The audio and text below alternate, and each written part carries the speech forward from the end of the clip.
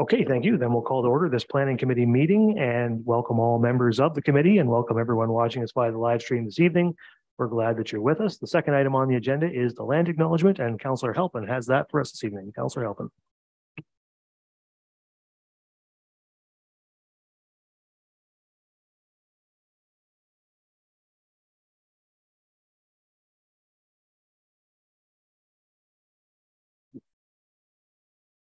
We acknowledge that we are meeting on the traditional lands of and the treaty territory of the Saugeen Ojibwe Nation, which consists of the Chippewas of Saugeen and the Chippewas of Nawash Unceded First Nation. We understand this land holds immense significance to the people of Saugeen Ojibwe Nation. We appreciate those who lived and worked alongside us today and who continue the traditions of their ancestors as stewards of the land we are privileged to inhabit. We thank them for the contributions that they have made in both caring for the land and shaping this community. We commit to truth and reconciliation. We acknowledge the truth about what happened to Indigenous people because of colonization, and to reconciliation, which begins with each and every one of us. Just a thought of my own. As a teacher, I had many opportunities to work with and to train First Nation students, and I'm so proud of all the carpenters and electricians that I know out there, and just a little shout out to them. As a local government and public organization, we are dedicated to learning about Indigenous culture, to fostering a better relationship with First Nations and their people. And we commit ourselves to actions that move us forward on a path of healing along with the Saugeen Ojibwe Nation. Thank you, Councillor Halpin. All right, now we're on to additions, deletions, amendments. We don't have any of those. That moves on to disclosure of pecuniary interest. Does anyone have one of those they'd like to declare at this time? Seeing none, of course, you can do that anytime if you need to. We have no minutes to adopt this evening, so we're on to public meetings, and we have one public meeting. And the way in which we carry out planning meetings is going to change just a little bit. We have a new script, which I will read, and you'll see how it's changed in a moment. So next on the agenda is a public meeting for file number S 2022-007, East Hampton, Grenville Street North. This is a public meeting being held under the Planning Act. First, we will receive a report from the planning staff. Then committee members will have an opportunity to ask questions of a technical nature, and I will ask them to reserve their comments on the application until after we have heard from the public. Then we will hear from any members of the public, and comments may be made, in this case, online as part of the public meeting or in writing submitted to planning staff. After we have heard from the public, the committee will discuss and consider a recommendation on this application. So now I declare the public meeting to be open, and I will ask the planner on the file to present the application. Over to the planner. Good evening, committee. Thank you for having me this evening. So I'm just going to share my screen. Just give me one moment.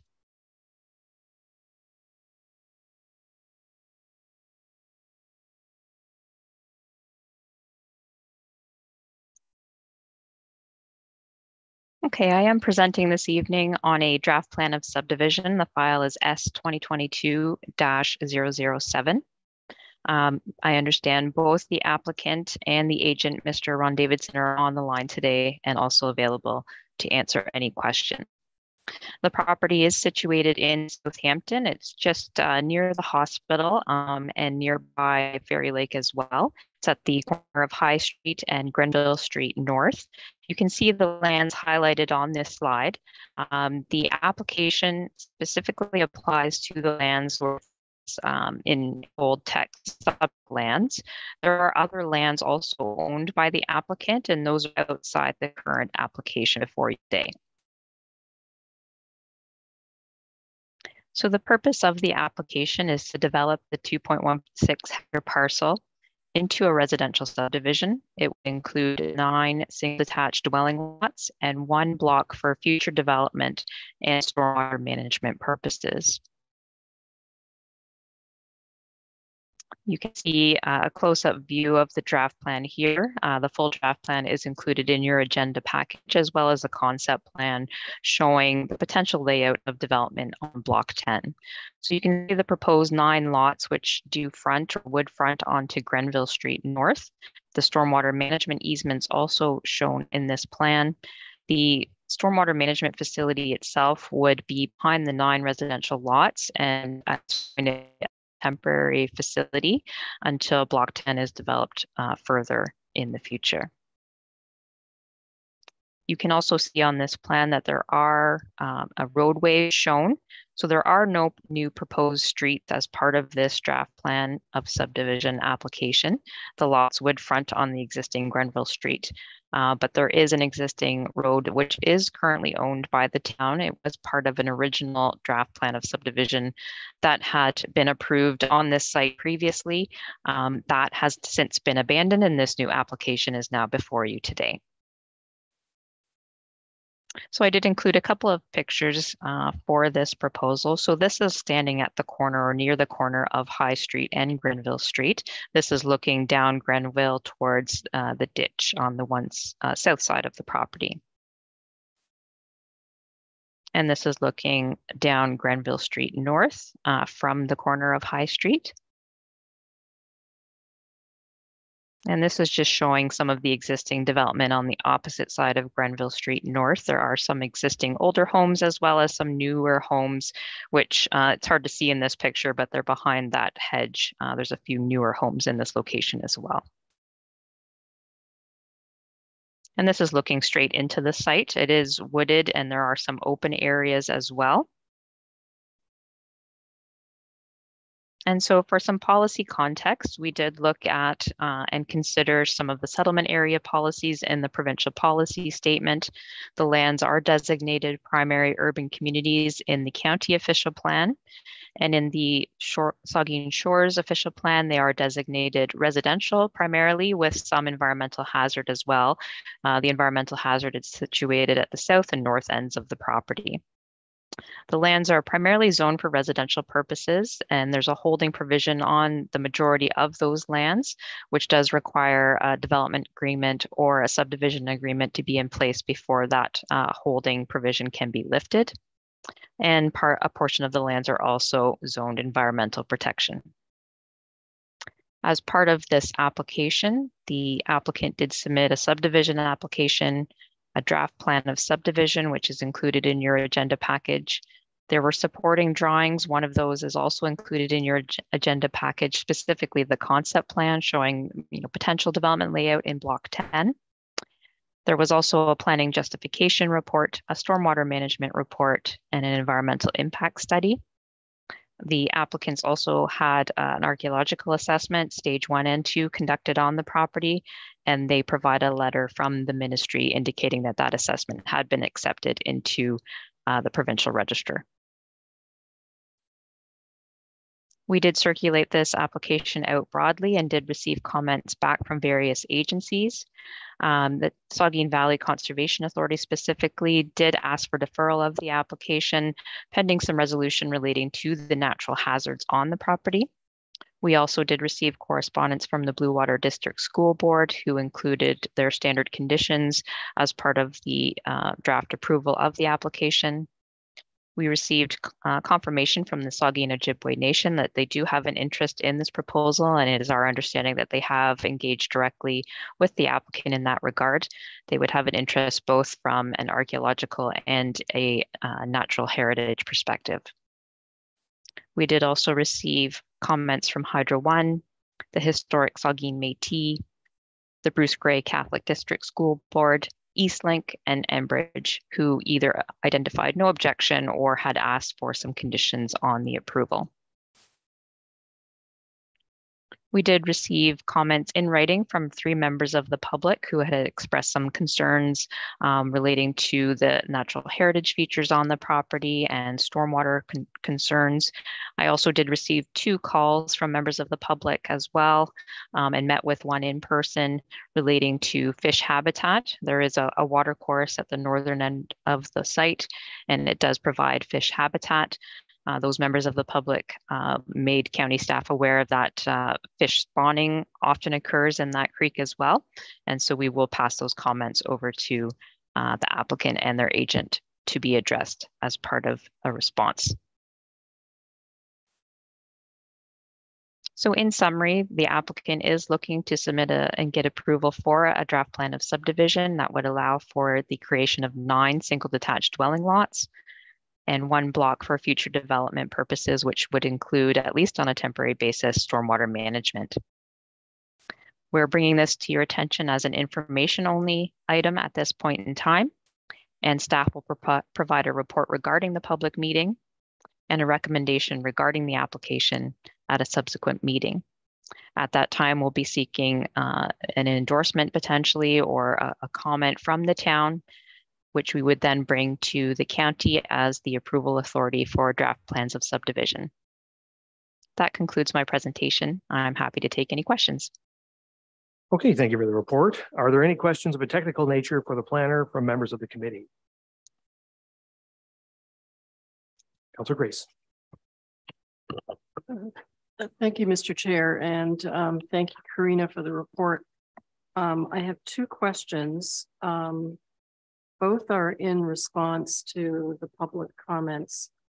The one from Byron and Paige Harris, they had a concern about what they call the retention pond, and wondering if that, or I guess what we would know as the stormwater management facility, is that right? Would that be the same thing?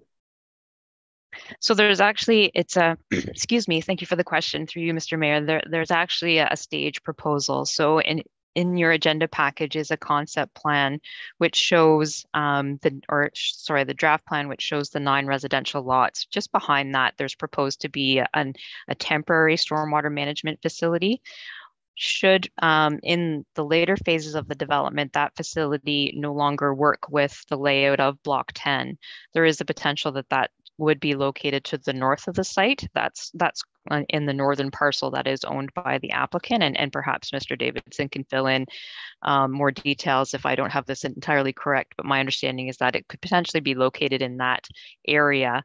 Conservation Authority has made comment noting that there is a floodplain associated with that watercourse, and to ensure that development respects the setbacks associated with fish habitat as well. So, so that will be looked at more closely as later phases of the project come forward.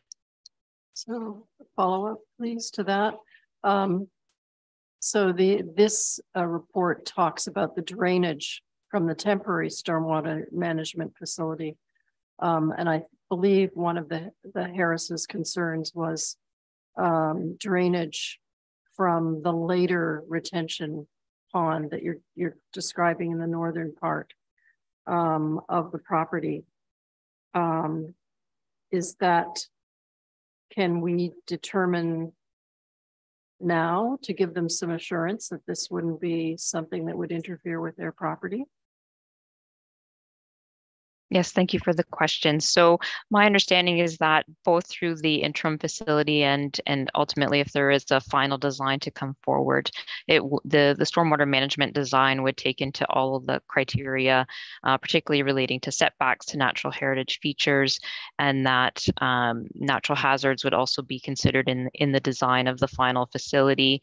The stormwater itself, in terms of the quality of the water, the flow of that water, how quickly it's released to the natural system, they would all be looked at and would be required to meet provincial requirements as well as Conservation Authority requirements, and any of the requirements that the town would have as well. So my understanding is that all that would be addressed, and with the intent that it would not have a negative impact on any neighboring properties as well. One more question, and this is about the recommendations from the recommendation from the EIS about the setback from the water course, and I believe it says this plan follows that recommendation by having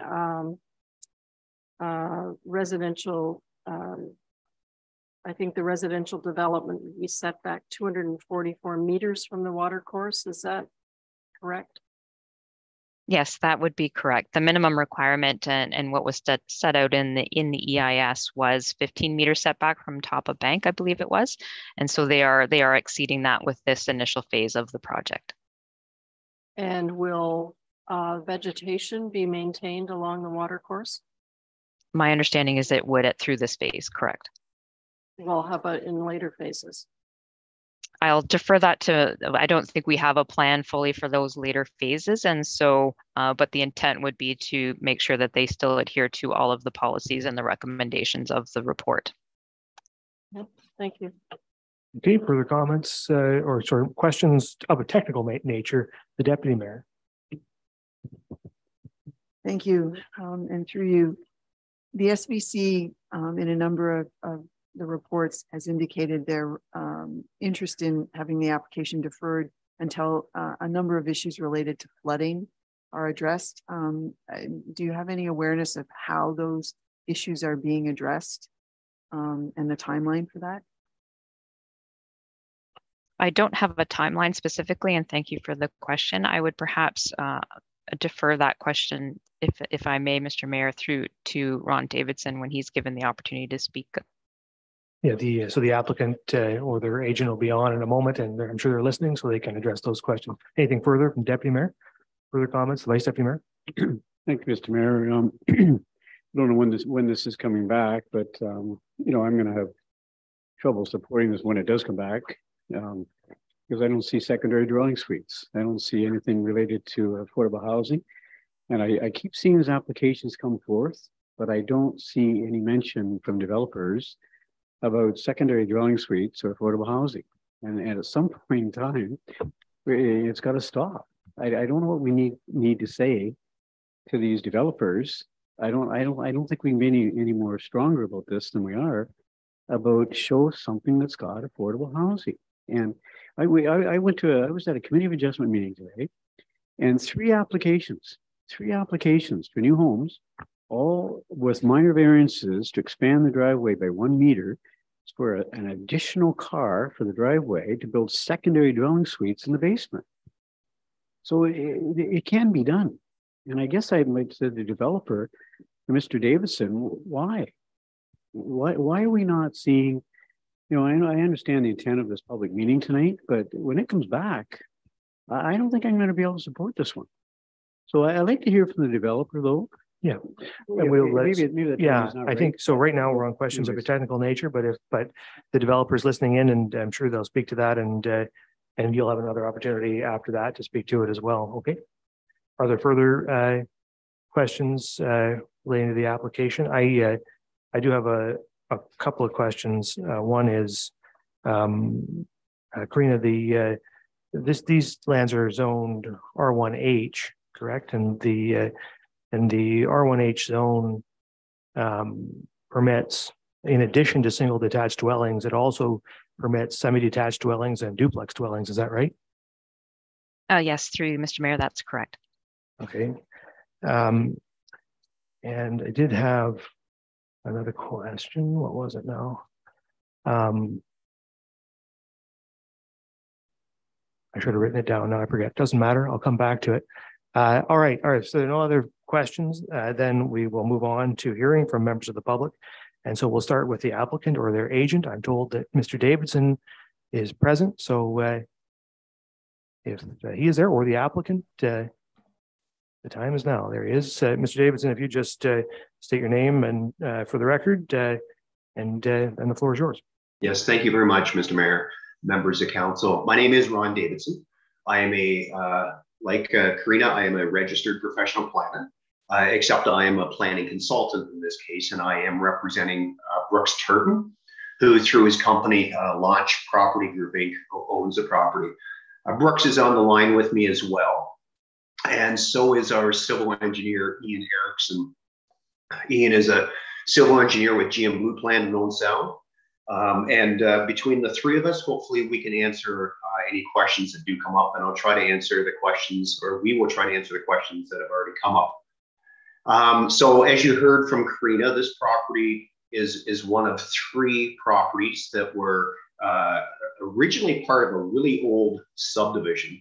And somehow the municipality of, I guess back in the town of Southampton, ended up with the road allowances. But as you're quite aware, the roads weren't built, but it still ended up carving this property into 3 pieces.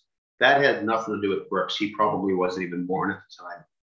So, and just so council is aware, the original proposal that we discussed with town and county staff and the Conservation Authority during the pre-consultation meetings, it did involve developing all 3 properties now. And that would have involved the construction of new public roads within the already established road allowances. But during discussion with pre-consultation discussions, town staff in particular were of the opinion that there might be a better road pattern and a more efficient use of the subject lands if the subdivision took into consideration the development plans for those lands located to the immediate east, which are owned by another developer. And I think that's Barry's Construction. So town staff recommended that Brooks proceed only with just the small subdivision for now, one which involved only the creation of lots along the east side of the constructed Grenville Street. And so that's what we're proposing. As you heard from Karina, there was a conceptual drawing prepared. There's 2 reasons why that was done. One is to show that if development was to proceed, pardon me, that first of all, by creating these 9 lots, it would not interfere with the proper development of the remainder of the property. I think that's pretty simple given that the street already exists. But we also demonstrated that we can meet the minimum requirement for density, the number of units that have to be constructed on this property, and that has been achieved. But again, though, I would ask that that drawing only be considered conceptual for now, because we don't really know just yet if the future phases will be developed in conjunction with the property to the east. But that's why that conceptual drawing was prepared. As you heard from Karina, there's a series of background studies that were required as a result of our pre-consultation meetings with the town and county and the Conservation Authority. I prepared the planning justification report, and it does go through all the relevant policies of the official plan, of both the county official plan and Saugeen Shores OP. And the development is consistent with those policies, and it is consistent with the provincial policy statement as well, along with the requirements for lot creation under the Planning Act. And again, my planning report goes through all of that. As you heard from Karina, the subject lands, those lands that are being developed now, are zoned R1H. There's a holding symbol on the R1 zone. There's a little bit of land that's zoned EP in the southeast corner of Lot 1, but that doesn't interfere with any building plans. So the proposed lot will conform with the lot area and lot frontage requirements of the R1 zone. And furthermore, all developments on those lots will comply with the other requirements such as front yard, side yard, rear yard, parking, lot coverage, etc. Therefore, an amendment to the zoning bylaw is not required. Later in the process, when this plan of subdivision moves along, we will come back and ask council to remove the holding symbol, but that is not a zoning bylaw amendment, just to make that clear. Now, a future phase of development will require a rezoning in order to facilitate medium density housing. I heard the comment about secondary dwelling suites. It's not a requirement of your official plan, so you can't demand it. However, I mention this in every planning report, and it's very clear in my planning report that, and I've made it, I couldn't make it more clear that Brooks is interested in building secondary dwelling units in some of these units. So it's in the report. It's part of our proposal, and maybe we can have Brooks speak to that. He'll probably, and I don't want to steal his thunder, but he's responsible for the 5 new houses that have been built on the west side of Grenville Street. And I think he told me that at least 2 of those houses have secondary dwelling units in there. So yeah, so it is something that he is very interested in doing here. A couple more things before I stop talking here. To address the Conservation Authority's letter, there's just a little bit of a misunderstanding there. And the engineer, Ian, did speak with the Conservation Authority. This is a very small matter that will be cleared up with regard to the EP zone that applies to a small portion of the R1 zone, or I'm sorry, of the lot 1.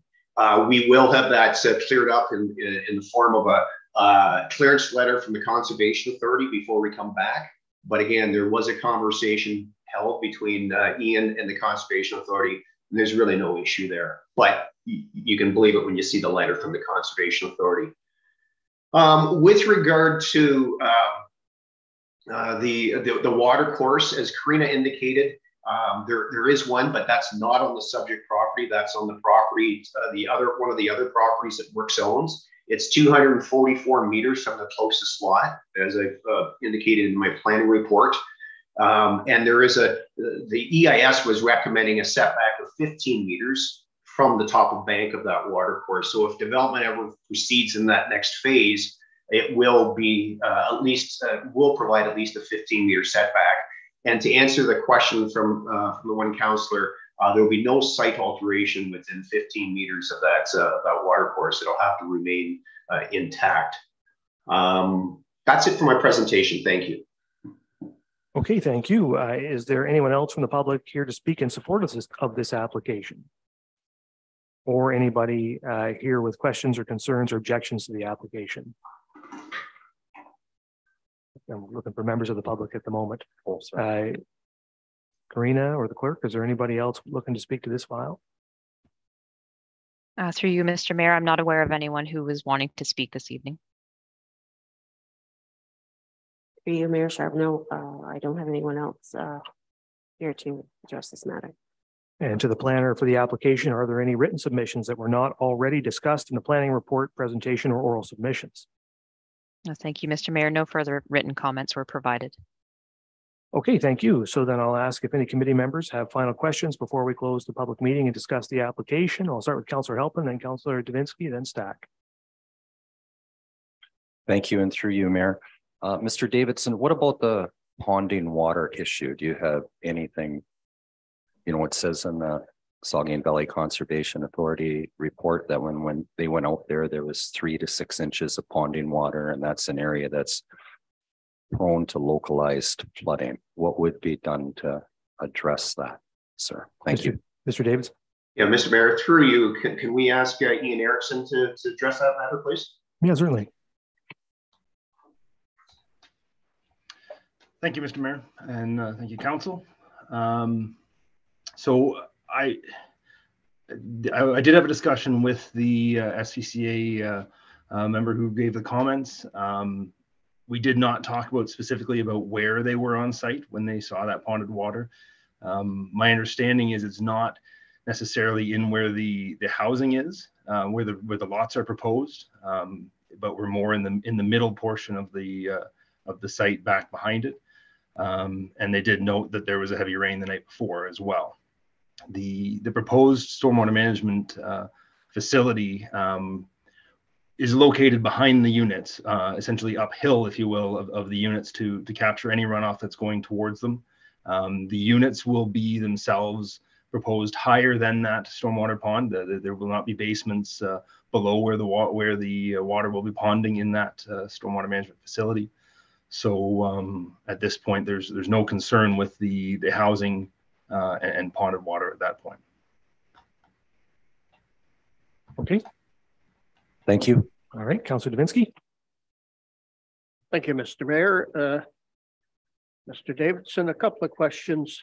First of all, you said that the developer is planning some secondary units.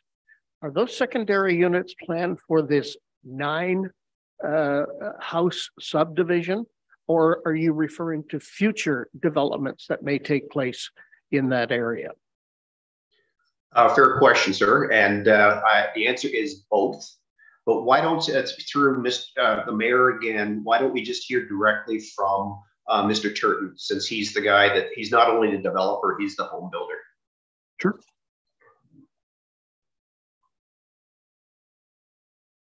Hey folks, Mr. Mayor, appreciate everyone's time here. So a trend that we've, again, my name's Brooks Turton, builder and developer in this case. So a trend that we've seen really over the last 5 years, even closer in the last 2, is people are asking for secondary dwelling units. 25% of the homes that we've built in the last 2 years do contain a secondary dwelling unit where the client the homeowner will live, in one portion and rent out the other. It really helps with sort of 2 things, 2 ways. It'll help with our shortage of rentals that we do have locally, and there's a gap there. And then it also helps that client really offset their mortgage and making their home more affordable. So like I said, 25% in the last 2 years. In this case, with the 9 units, our intention is to sort of continue to follow that same percentage. So, really our intention is for at least 1 or 2 of those units to have a secondary dwelling unit in them. Thank you. The next question has to do with trees. It seems to me one of the proponents who wrote in was concerned about cutting away the trees, much like Southampton Landing. At least they were the ones that pointed out Southampton Landing. It's not a particularly pretty picture there, but it is what it is. What are your plans for the trees? Because you've got some good trees down in that area, and I know some have to go. But are you going to work around saving as many as you can, or have we even reached that point? And I present that to either Ron Davidson or to the developer. Brooks, would you like to answer that?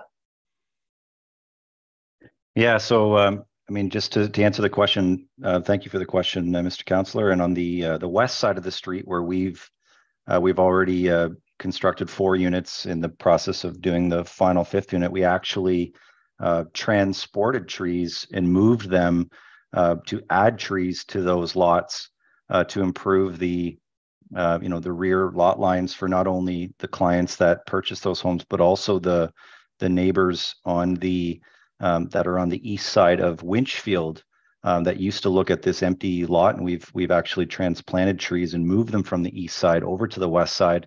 Our intention is to we appreciate trees. Our intention is to keep as many trees and only really cut out what we need to build the units, and to leave as many trees as possible along lot lines, definitely along the rear property line, and as much as we can on the interior lot lines as well, which is similar to what the behavior that we demonstrated on the west side of the street.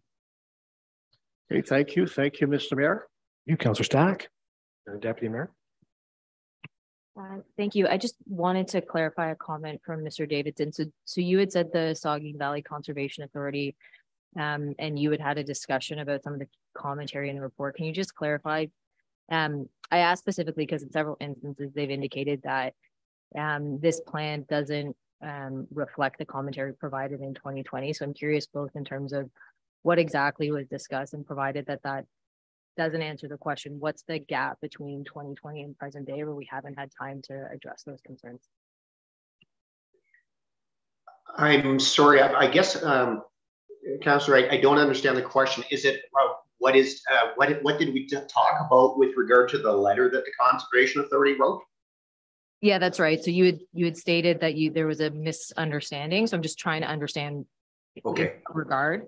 Yeah. So that's question 1, and then depending on your answer, I'll go to question 2. Okay. So since Ian was the gentleman that had these recent discussions with the Conservation Authority, I'll through again the mayor, I'll ask him to speak to this. Thank you, Mr. Mayor. As we were going through the redesign on this, the short of it is we failed to address the comments in what they were. Since we've got the second letter and we looked at the comments that they were receiving and that they provided back in 2020 and the new comments now, we looked at how we could address them. And that's when we reached out to the Conservation Authority to have the discussion, which is how we always do it. We want to talk verbally first to make sure they're in general agreement with the approach we're going to take. And they were. So the short of it is we didn't show the necessary information on the plans, and the changes that we're going to do are going to make are going to address the concerns, and that's why, as Ron said, we're not concerned by them. We just failed to properly address it. So that's we're moving forward. Next submission, we're not concerned that that's still going to be an issue. Thanks. So just to clarify, so all their concerns with respect to the natural hazards that hadn't been addressed in 2020, you're confident that those will be addressed now? That's correct. Okay, we'll go to the deputy mayor then, and then the vice deputy mayor. Thank you. This is something that perhaps is best addressed by Brooks. Throughout the reports, we're seeing comments about potentially high water table, clay soils, and the need to consider elevated buildings or elevated basements or no basements at all. I'm just curious from a building perspective, have you across the road on the other side of Grenville, were you able to, have you had any experience building a unit with a secondary suite when you've had to deal with an elevated basement or no basement? Like how high is that building going to be pushed up to enable that secondary suite if it's going to be below? Because there are a lot of comments about potentially high water table, clay soil, and it is in many parts of the property a floodplain. Has our other properties in that whole area. So just how do you do that? Have you done that so far? And how high would that push up a building? Thank you. Yeah, so thank you very much for the question. We do have experience with building the secondary dwelling units with similar water table. So on the west side of the street, we had to, as part of the severance application, so a little bit different, but when we went through that process in 2020, there was a series of test holes that we had to do through the support of GM Blue Plan Engineering, and that sort of set the finished floor grade for the lower of the two units. In this case, it was in a basement, so it was in a second entrance into a basement. The west side of a perfect example of this is this 30 Grenville Street North on the west side of the street. So it's one of the units there. It has you wouldn't know it to look at it from the front, but it has a basement unit, and it has a second entrance. What it looks like is it basically just looks like a raised bungalow. There's a little bit more larger windows in the basement. It actually adds to a more attractive basement apartment suite. So yes, to answer your question in short, we have done it before, and we have done it where there's water course similar to what we're going to see on this property. Vice Deputy Mayor. Yeah, thank you, Mr. Mayor. And Mr. Davidson, thanks for your comment. That comment about secondary dwelling suites is in the report. I've read that report twice, and I see no mention of secondary dwelling suites. And I guess the question I have, Karina, if it's in the planning report that Mr. Davidson submitted, I respectfully request in the future to see those reports as an attachment, because I see no reference to secondary dwelling suites, and I kind of threw a bit of an attack at the developers and Mr. Davidson, wrongfully, I guess. It was a little awkward for me now looking back that it's in Mr. Davidson's report. So may I request this of staff? Please attach those attachments. So if I saw that there were secondary dwelling suites in the report, I would have been complimenting the developers tonight. So to Ian and Brooks, thank you for including secondary dwelling suites in your report. And I see there's two units, I believe. Ron, you were saying 2 units, or but 2 units. But you know what? 2 units is better than no units. And there's a future block coming.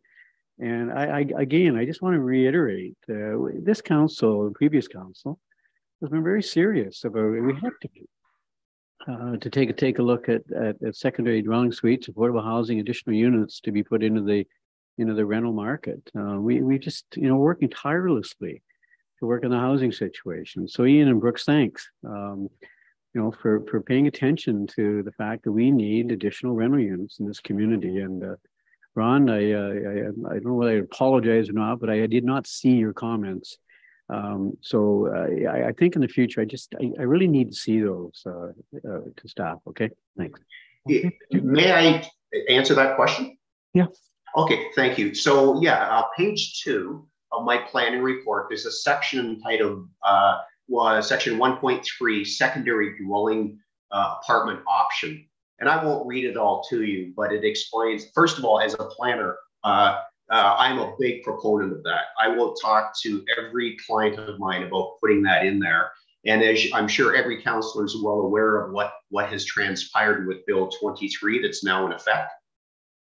You shall allow for not only a second unit, but a third unit on every property that's zoned to allow for a detached dwelling that has water and sewer. So you're going to, you're not only will you in some cases see a second unit, you might see a third one. Mr. Mayor, Ron, good on you, and you're listening. And that's all I think the previous council, I hope this council expects of our developers and planners is to, you know, we're all on this thing together. And I really appreciate the fact that you're including it. And any to future developers, we just really have to work together to get this done with housing. So thanks, Ron. I appreciate your comment. Okay, thank you. Councillor Stack. Just on the question of affordable housing, can we then, when you say secondary suites, are we talking more than one bedroom? Because I think it's just important to recognize that if it's just, and this is more of a general comment, if it's single 1-bedroom apartments, that's not going to solve the housing crisis. So while I think it's good that we're providing that option, I don't want to heap praise on any one developer for providing 1-bedroom units. So I'm not providing that criticism. I'm just trying to understand, are we talking about the opportunity for multi-units or just single units in this phase? Because I think it's important that we recognize that there's more than just 1-bedroom unit necessary to solve this problem. Any comments to that, Mr. Davidson? Yeah, like I can't speak to Brooks, but just in the general sense, if you are able to accommodate people of a very small family, 1 or 2 people who only need a 1-bedroom, and we can accommodate those inside of these detached dwellings, then that would leave the apartment buildings that are probably maybe better suited for 2 and 3 bedrooms open to those families that need it. So yeah, so in a subdivision, it might not provide housing for everybody, but at least it provides housing for some people that are looking for rental and maybe opens up the door elsewhere in the community. And I'll just add into the councillor's question. So thank you for the question. And in the case of the last units we've built, they were 2-bedroom, 1-bathroom with a separate, with a kitchen and a living space and a laundry space, storage space. So basically a second livable unit with 2 bedrooms and a bathroom. And that's what we would look to do on the next, on this 9-unit as well. Okay, thank you. Councillor Duhane.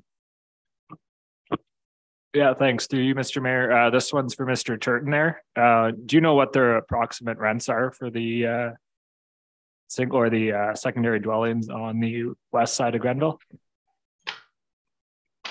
Unfortunately, that I do not have that. I'm not the landlord in this case myself, but thank you for the question. Can't provide any further comment on what the rental rates are. Okay. Apologies. Sure, Councillor Duhane. Your mic's off, Mr. Council. Okay, thanks, Brooks. The Deputy Mayor. This question is for Brooks as well. I seem to recall an application quite a few years ago that you were involved with. I'm interested to know, I think all of your work here in Saugeen Shores, all of your development and your building has been in the former town of Southampton. Is that correct? Yes, it has been in Southampton. We have done, we have not, I shouldn't say exclusively, there has been 1 unit in Port Elgin. Okay. And is it fair to say that this is your biggest proposal yet? Yes, it is. 9 units would definitely be. We've done proposals for 5 units and 4 units prior to this one being 9 units. Because I was just going to comment before we close the public session that I think you've been building up your record in Southampton, and you know, your properties have accomplished a number of good factors with characteristics that match neighborhoods and that sort of thing. And it's good to see that you're embracing some of the new needs of the community too as you keep growing. So I just wanted to recognize that I think that you're contributing incrementally and getting bigger each time you add something new to the community. So thank you for that. Okay, thank you. I have a couple. Thank you for the comment. I have a couple of questions myself. First one to the planner or possibly to Jay Posner, Supervisor of Development Services. With Bill 23, you guys can correct me if I'm wrong, public meetings on plans of subdivision are no longer required. And so from this point forward, I suppose, planned subdivision will no longer come to the Council of the Town of Saugeen Shores for a public meeting, that they will go directly to Bruce County, I suppose, to be considered. So I just wonder, and since Bill 23 is in effect, and we're having a public meeting here today, a public meeting that isn't required under the Act, can you just comment as to what, if any, impact that has on the process that we're going through right now? Yes, thank you, Mr. Mayor. I can try and answer that question. So the interesting thing with this application is that we issued the public meeting notice the same day the provincial changes received royal assent. And so we did reach out to legal counsel just to confirm the path forward given that provincial direction. And it was felt that it would be best just to continue forward with this public meeting given that notice had been issued. And so we are proceeding on that basis. Going forward, we are looking to confirm direction as to whether both local municipalities as well as the county can opt into hosting a public meeting if they do desire it. Whether or not the province has now said, or because the province has now said that public meetings are no longer required for subdivisions. So we do have another meeting coming up in January for a separate file. The public meeting is specifically in that case for the related zoning file. And so the public meeting will take place for the zoning, and the subdivision is noted as a related case. And then subsequently we would take that to the county for consideration. So we do have a path forward, but it just happened that this file fell into a transition period. Okay, thanks. Just wanted to clarify that, and this may be the last plan of subdivision public meeting that Saugeen Shores Council sees. So another question then, I guess, I'm not as satisfied with the approach to affordable and attainable housing, maybe as some others are, around additional dwelling units. I mean, what we have here is an application that has reached the minimum possible density allowable under the zoning bylaw. I understand it's allowable under the zoning bylaw to go to density at that level. But you know, it seems to me it's frustrating because all that ever happens is the density gets pushed out to later phases, right? I mean, we're going to build the lowest possible density now, and the higher density will come later. We promise. But you don't have to rezone this lot to get more density. Duplexes are permitted, row houses are permitted. You could build more density in this subdivision if you wanted to. And if you built the extra density, then you could put additional dwelling units in the duplexes, right? Potentially at least. So I'm just not satisfied. Like, I think that we don't need 9 single family homes here, whether they have ADUs or not. It's not enough. We should get some duplexes out of this. We should get some more density. So I'm not going to vote for it when it comes back if it's 9 single family homes, even with ADUs. I think you should come up with some duplexes and put them in here, because we just don't need more single family home subdivisions. We don't need them. So you can build a few if you like, but I think you should give us some more density. And I understand that we can't force you to do that, but what we can do is not vote for the thing and recommend that the county turns it down. So, you know, I would suggest that the best thing to do is come back with some duplexes, come back with some row houses. Certainly that's what it'll take to get my support. Anyway, with that, we'll close the public meeting. And I'll ask if there are any comments from the committee on the application. The Deputy Mayor.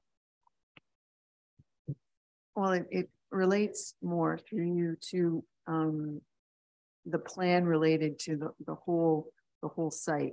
You know, the road directions just look weird.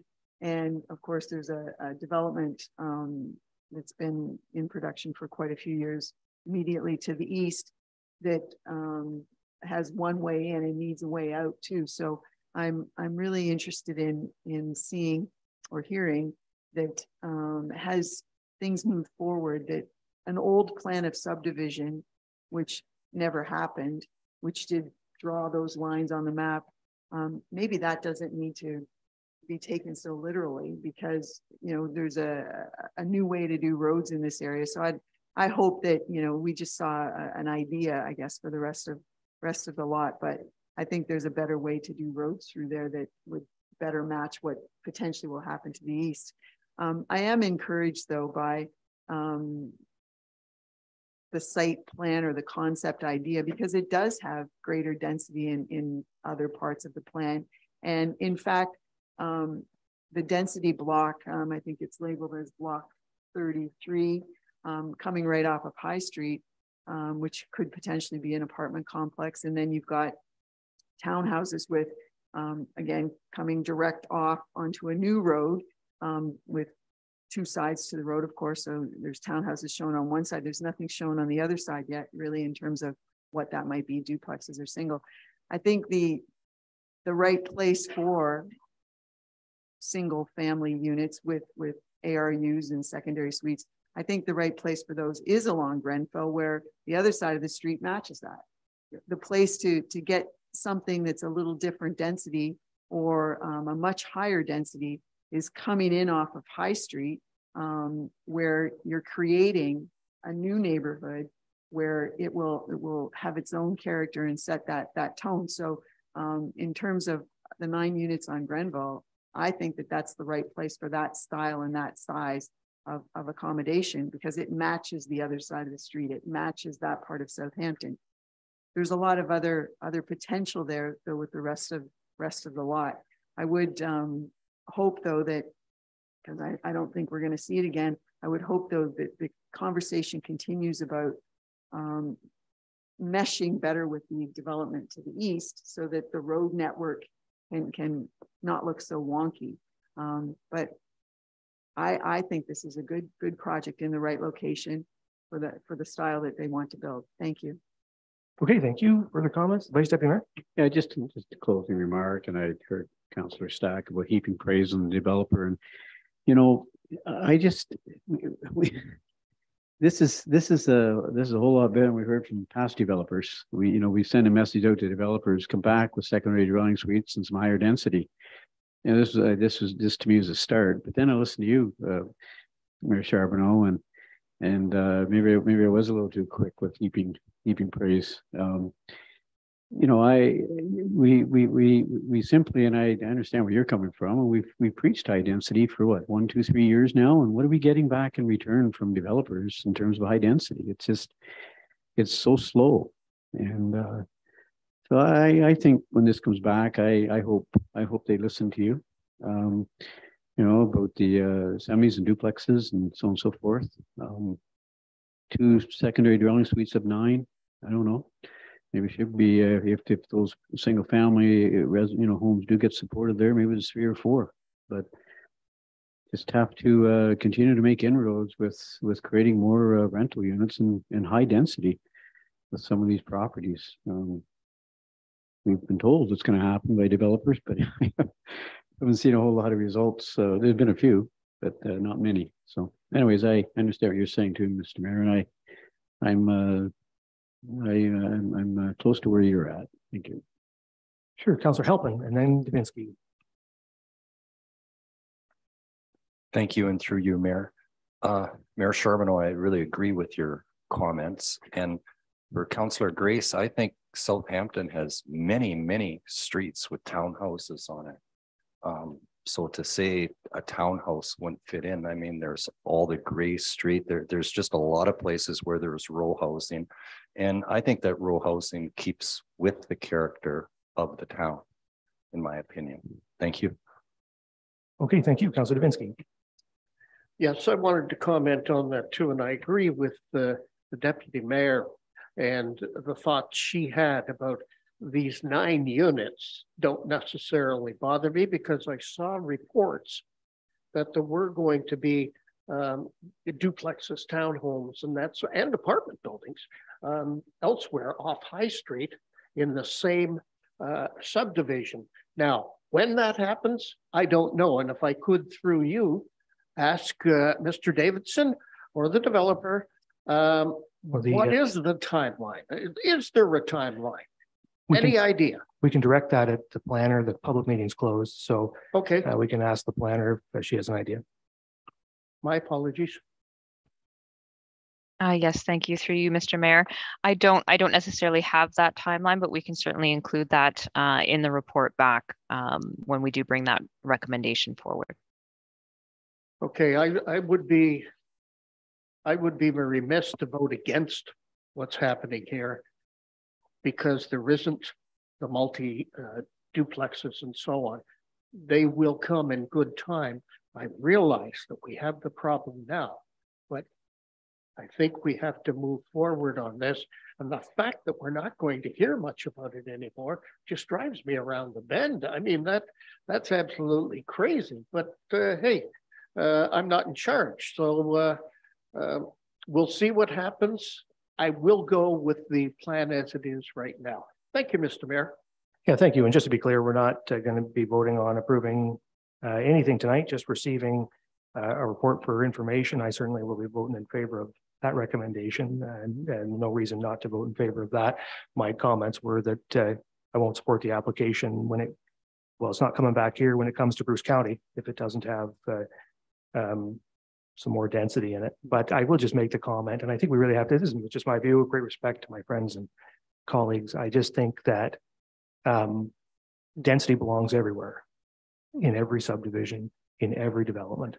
There's no place it doesn't belong. And the only way we're going to get it and get it as much as we need it is if we insist on it everywhere. So I just don't think you need to, like, all this business about transitions. I heard this when we were talking about Market Street too, right? What are we transitioning from? You know, from a single family house to a house that's about the same size and scale. A duplex isn't much bigger than a single family home. And what is, you know, and we have these different scales and different types of houses are mixed throughout the municipality. I mean, there's different sizes and different scales and different styles of homes on every street. So I don't buy the business that we need to transition from anything. We need density, and we could get it here. We could get duplexes. It would fit right in. And I don't see any reason why we shouldn't insist on it. So certainly that's my plan when it comes to Bruce County, and hopefully we'll get some more density out of this. I'm not saying that the developer shouldn't propose any single family homes. I can accept some in this, but I think we should get a mix, because we need a mix of housing, right? Anyway, those are just my views. Councillor Grace. Thank you, Mr. Mayor. Just to clarify for the record that I didn't make a comment about duplexes not being appropriate in that area. I heard. I think Councillor. Just for the record. Yeah. Thanks. Just an error. I did have one other comment that I wanted to make, and it's with regard to the Blue Water District School Board conditions. I think council should recommend that Bruce County remove those conditions before approving the subdivision. The Blue Water District School Board is requesting once again that we include conditions on this draft plan that students may not be able to be accommodated, or that the board may not accommodate students within the attendance boundary that these are being built in. I think those, I don't think those are appropriate conditions to apply to a draft plan, and Bruce County has removed them in the past for us on our request, and I think council should ask that the county remove them again. I don't think So this is gonna, I guess this will, sorry, maybe I sort of misspoke here. Maybe the planner could just comment. This will come back to us again, I guess, right? Because this process is still in place. So this will come back to this council for a recommendation to go to Bruce County. Am I correct about that? Yes, thank you through you, Mr. Mayor. That is correct. And that's why I did raise my hand, is just to clarify, we would be bringing this back to get the town's comments and recommendation to take back to county. Okay, thank you. So we will be seeing this again. We'll get to vote on this. So Mr. Mayor, the Vice Deputy Mayor? So you don't need a motion to remove? Not at this time. We'll consider it when it comes back. But that was just me. The process has changed, and I'm trying to catch up. Okay, so here we go. So we'll now consider the recommendation. The recommendation is that draft plan of subdivision application S22-007 be received for information, and that staff provide a report regarding the public meeting and a recommendation regarding the application at a subsequent meeting. All in favor of that recommendation? That is carried. Thank you. Okay, so now we are moving on to reports, and we have two reports on this evening. And the first one is a staff report on building homes with a community planning permit system and the recommendations report related to that. So we'll turn it over to Jay Posner, Supervisor Development Services.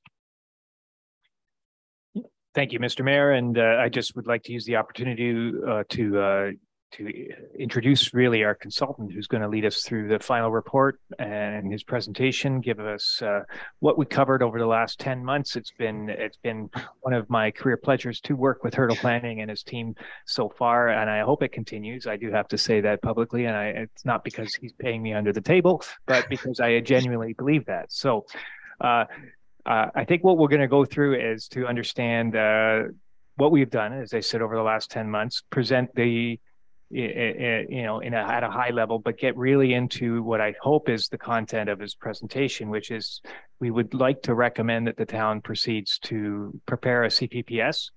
And the main takeaways is that it would be built up or it would be used in built up areas to support infill projects, an appropriate design and appropriate location.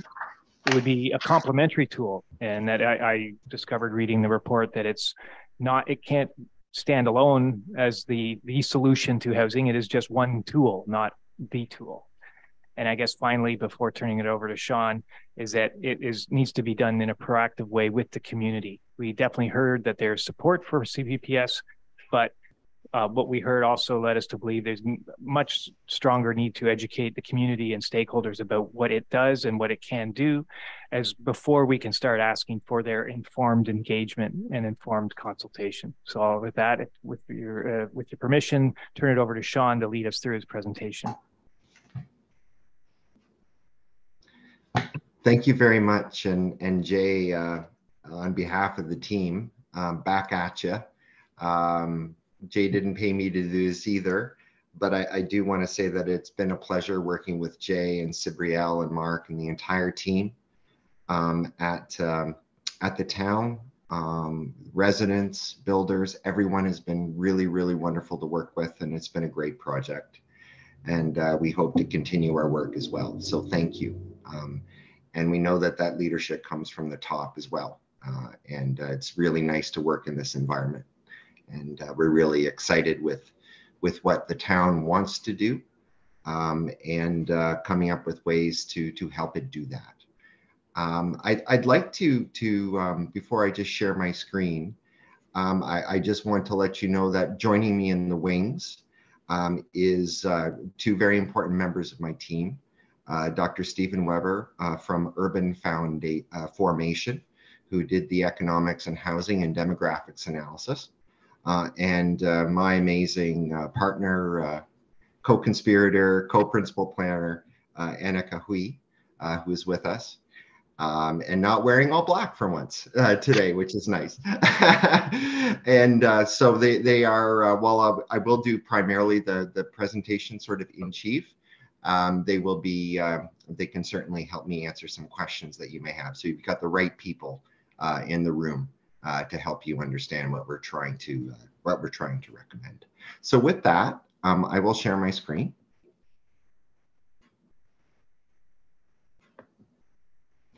You know, we think we'd get faster at this as we move forward, but there we are. Great. Thank you. So building homes with a community planning permit system, or CPPS.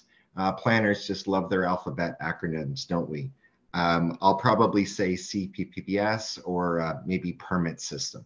Unless told differently. So we're proud to present our findings and our recommendations to you. Here's the larger team. Hurdle Planning, myself and Annika were leading the project from a land use planning perspective, and also— Sorry to interrupt already. The technical note, I don't know if the slides are moving forward. I see it moving on my— Which slide is supposed to be on? The team photos. I'm on the team slide. We're still on the first slide on our— Oh, geez, I don't know what's going on. I thank you for mentioning. Sorry about that difficulty. Let's see if I can maybe pop out and come back in. I apologize. Yeah, no worries. It was moving on my end.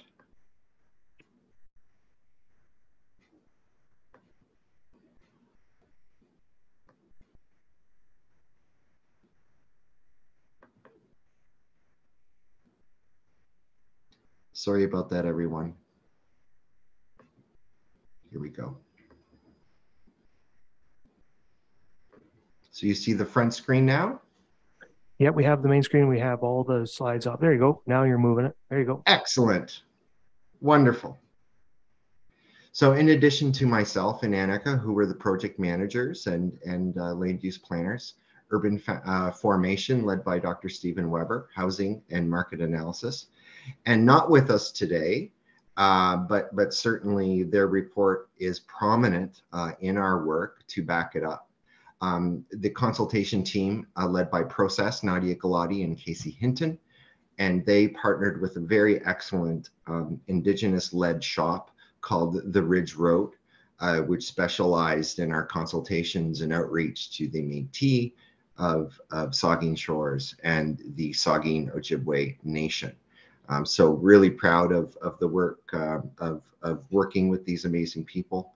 Yeah, it was a great experience and a great team. So I thank them for joining us. The agenda, just quickly, we're going to talk about the study. We're going to remind ourselves what a CPPS is, and in the context of Saugeen Shores, how we can help. Because if a tool's not useful, then why use it, right? We're going to look at certainly very well the development and housing snapshot of your community, but maybe as outsiders we can provide maybe some different perspectives to say, hey, maybe there's an opportunity here, and realize how Saugeen Shores is special compared to other places. I know that, but certainly in maybe ways you haven't thought about before. And who we talked to and what we heard and what we're doing with what we heard. And, what does this all mean? How did we make sense of what we heard, and what do we think the town should do? And of course, happy to discuss this with you. Well, here's a big graphic. Essentially what it is we've done 5 major things. We looked at planning policy in Ontario and in other places, including Western Canada. Kind of ground another interruption, Mr. Mayor, is that I don't know if what your comfort level is not sharing the slides. They're just not progressing on the recording, and this won't show up on the rebroadcast. So not sure what the preference is or the protocol when these technical difficulties arise. Yeah, I guess it still isn't. Well, it's advanced now. That's where I'm at. I'm just looking at. I apologize, everyone. Perhaps it's the presentation view. I'm very sorry. So I guess you can see it here, the study, and if it doesn't go to the next slide, then we'll just figure it out. How's that? Okay. Thank you. Thanks for your patience, everyone. Thanks for letting me know, Jay, because I had no idea. So we looked at the policy framework, both in Ontario and other places, to say what we could do and then what we should do. We took a look at really the no better way to say it, but the snapshot of the people, the businesses, and the housing stock that we have and that's emerging in Saugeen Shores to see about where the opportunities and needs may be. We talked to talked and listened to a lot of people. We had great survey responses. We had great focus groups. We talked to builders, businesses, developers, landowners, residents. We spoke with the Métis. We had a really great, robust conversation. The community is quite active in the study, which is, as a consultant, it's great. We looked at, or I should say we, but Stephen looked at home building financials. So what contributes to building costs and price? Land, materials, fees, charges, the process. Really took a deep dive to meaningfully identify, isolate, and perform some good analysis on how we can, maybe through a CPPS or other tools, shake some opportunities loose to depressurize some barriers to allowing more affordable housing to be built. And then, you know, as planners, we're quite deep thinkers. We do a lot of fast and slow thinking, and this was an opportunity to do both and to look back and say, okay, what does this all mean? What are the challenges? Who are the intended targets of what we're trying to do? How can we make things better? And how can a CPPS help, if at all? And to what degree? Is it worth it? So that's what we did. And I hope that you can see the orange planning framework slide, everyone. Yep, we got it. Great. So what is a community planning permit system? Essentially what it does is if you'll forgive me this analogy, it doesn't reinvent the wheel, it just makes it turn more smoothly. That is to say that it combines existing standards and applications into a single application, and after which 45 days is the review period, and a decision will be made within that time period. So it's streamlined in that it's a one window into the planning process, and it's also provides a lot of certainty, because soon as the clock starts, when it's a complete application, you have 45 days before a decision is made. And that does, from what we've heard from builders, can make all of the difference. So that timeline combined with that clarity and I guess a little bit of an ease of process can help them turn a corner in terms of saying, well, yesterday there was a little risk, but now under a CPPS, it makes more sense, right? And it also helps to combine and support local priorities, such as good design, services, access, affordability.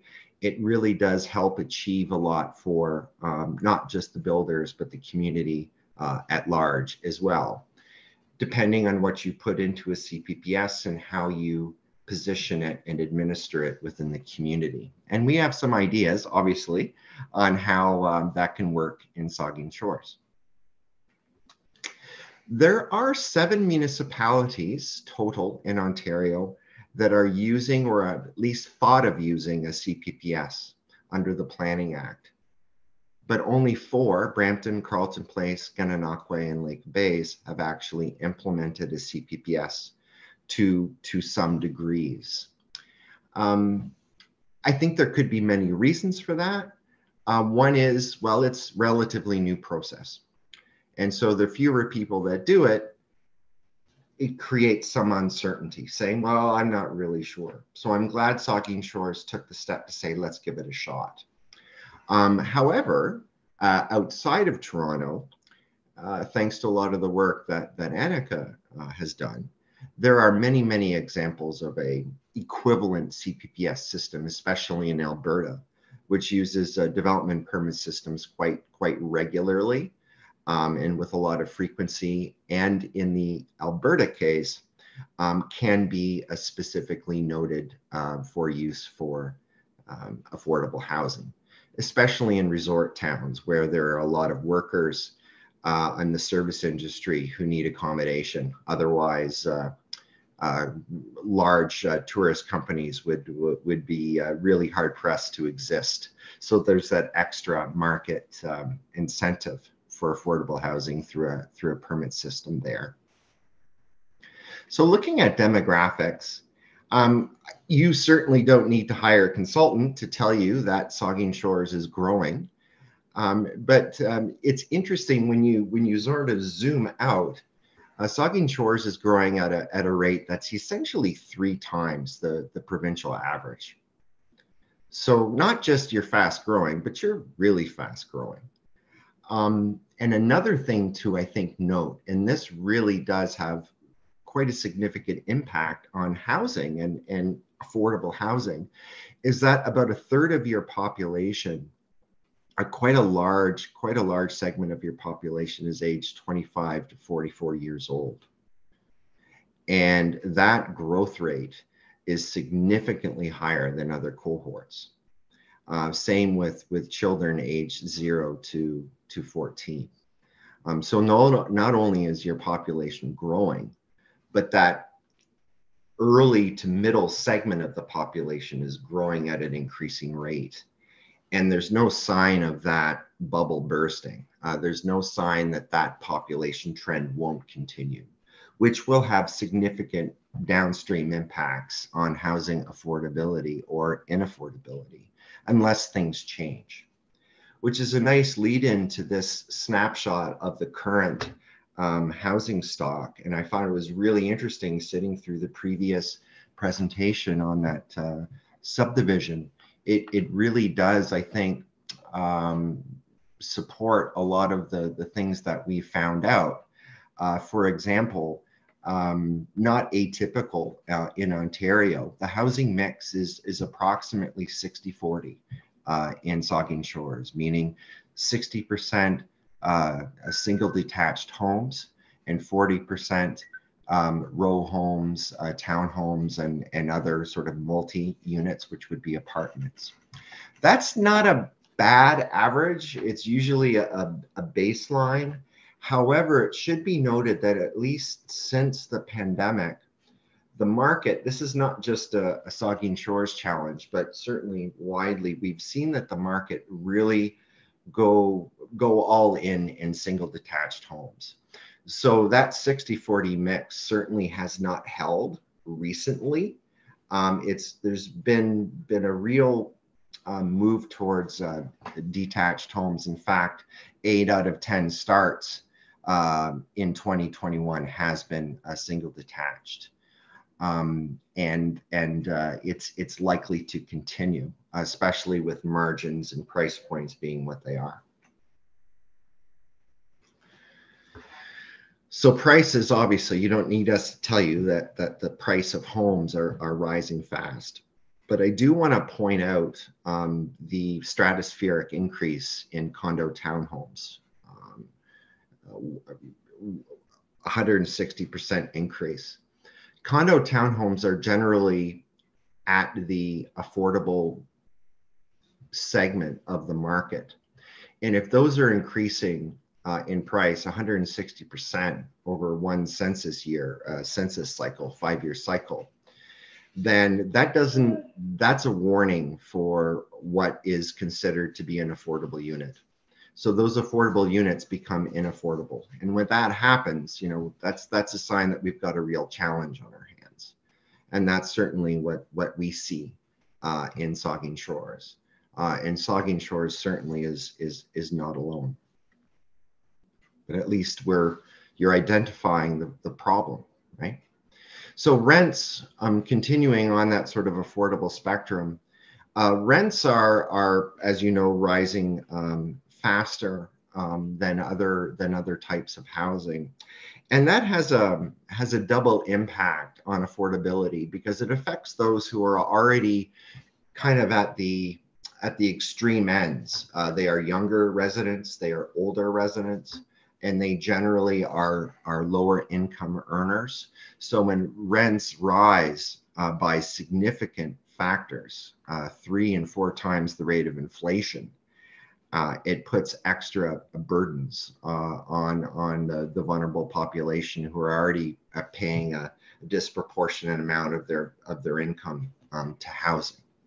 And with the ownership market doing what it's doing right now, it's putting ever increased pressure on that rental market, which is having a negative impact, a multiplying impact.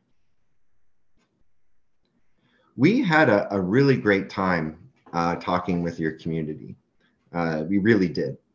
And it's not just because they were friendly, but a broad majority of the public does support pursuing a community planning permit system.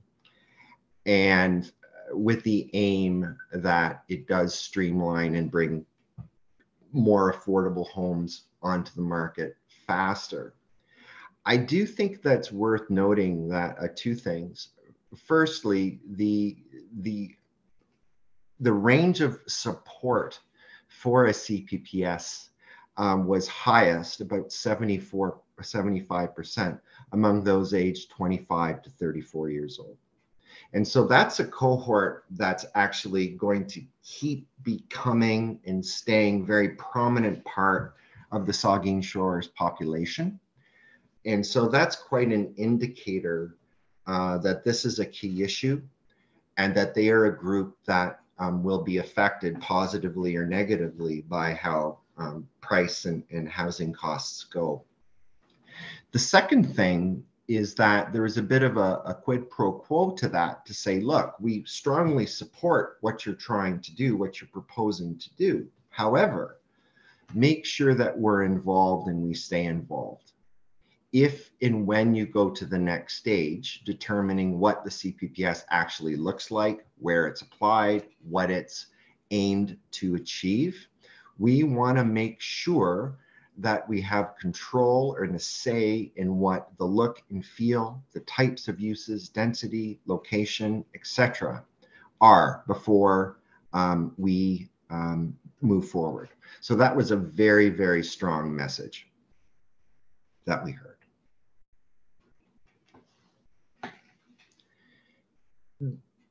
The town, as I see it, has a great problem. You've got people that want housing. You have builders that want to build the housing that people want, but it's challenging. What we heard was that a lot of builders want to build what we'd call gentle density or missing middle housing, triplexes, fourplexes, row homes in existing areas, because that's where people want to be. That's where the shady trees are, the schools are, parks are. There's some cachet to live in an existing neighborhood. There are other people around, especially if you're elderly or young. You've got a lot of community supports. You can walk to shopping. But unfortunately, by virtue of physical and other constraints, those sites are pretty kind of difficult to build.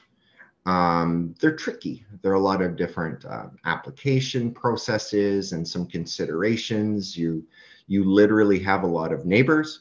So there are a lot of considerations for setbacks and shadowing and driveway access and other things that you need to consider. And with land prices and other prices being the way they are, that uncertainty just puts enough pressure for a lot of developers, even the sophisticated ones, to say, you know what, I think I might pass on this because it's not a sure thing. And so that really, I think to us as the consulting team, confirmed that the CPPS could free up some of those sites, can alleviate some doubts, so things can happen.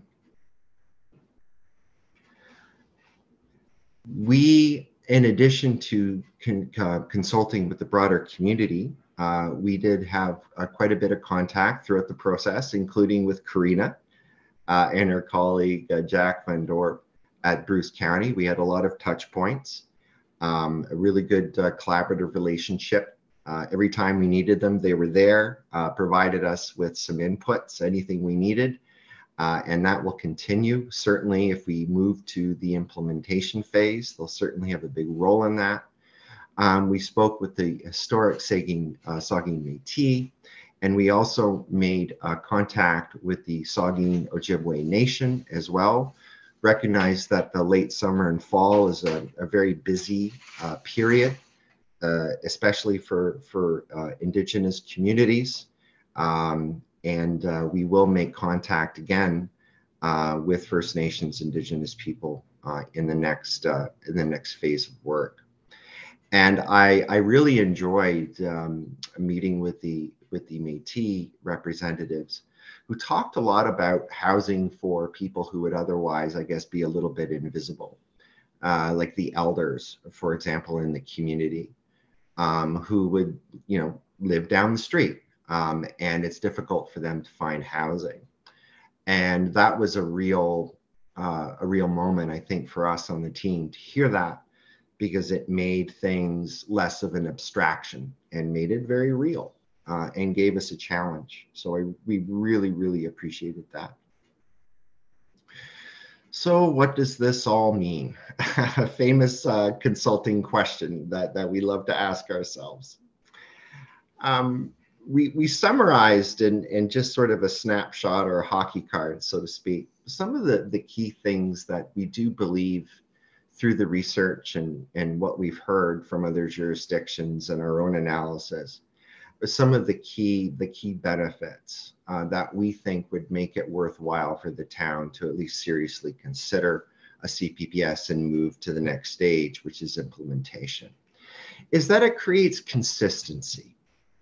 It's predictable, not just for builders, but for the town, for the community. When they see, hoarding or a disposal bin next to them or down the street, they'll like, oh yeah, I know what that's all about. I understand. I was a part of the process. I know what this is all about. It's fine. The town's got it. We're good, right? And that certainty goes the other way too for the builders. There is a very small margin of cost savings, 1 to 2%. Certainly, I guess that would be a volume incentive. However, it doesn't hurt, but we see what the big positive is the certainty. You know what's required, you know what needs to get done, you know what boxes need to be ticked, and you know that a decision one way or another will be made within 45 days of an application being deemed by the town to be complete. And that there are no changes made to a community planning permit system without community input, because the community has the say on what a CPPS looks like, where it is, and what it will do before a CPPS is put in place. So all the different variations and variations on a theme are decided upon right up front. And if an application doesn't conform to that vision, it doesn't move forward. So in the aggregate, we think that the suite of benefits not only is large enough, but it benefits a large number of people. The public, neighbors, the town, they can put their time and effort in implementing a great vision, as opposed to maybe struggling on a site-by-site basis to get something off. And also the landowning, developing and building community certainly can get some certainty.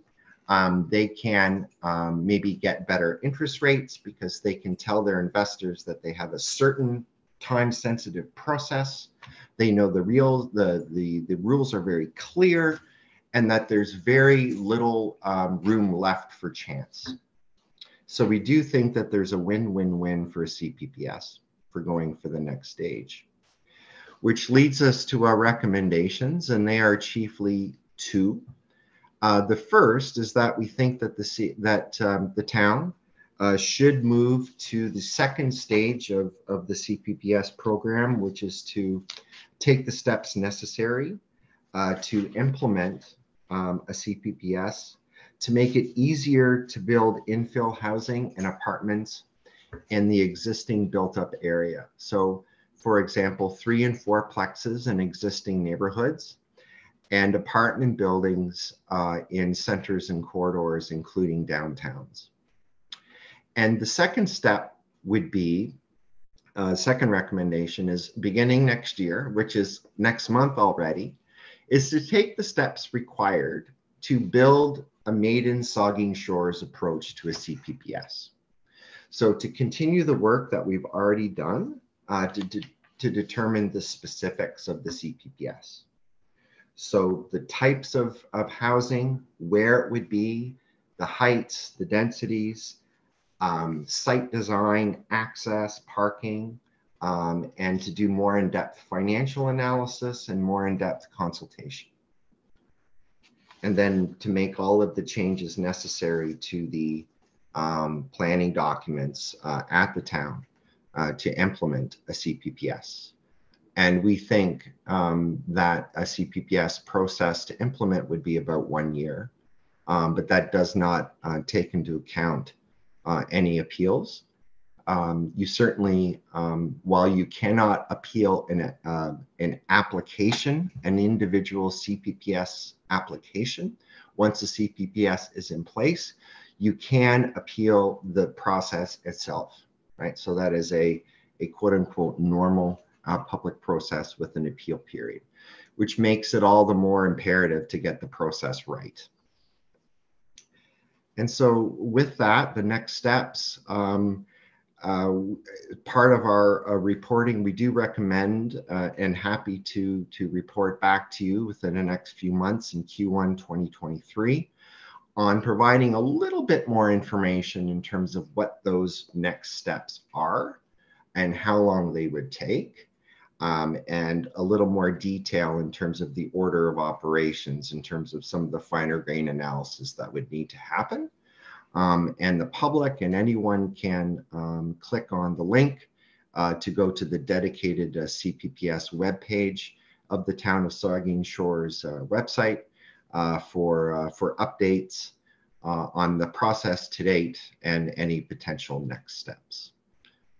So that's my presentation, and thank you for your attention and thank you for your patience with the technical difficulties.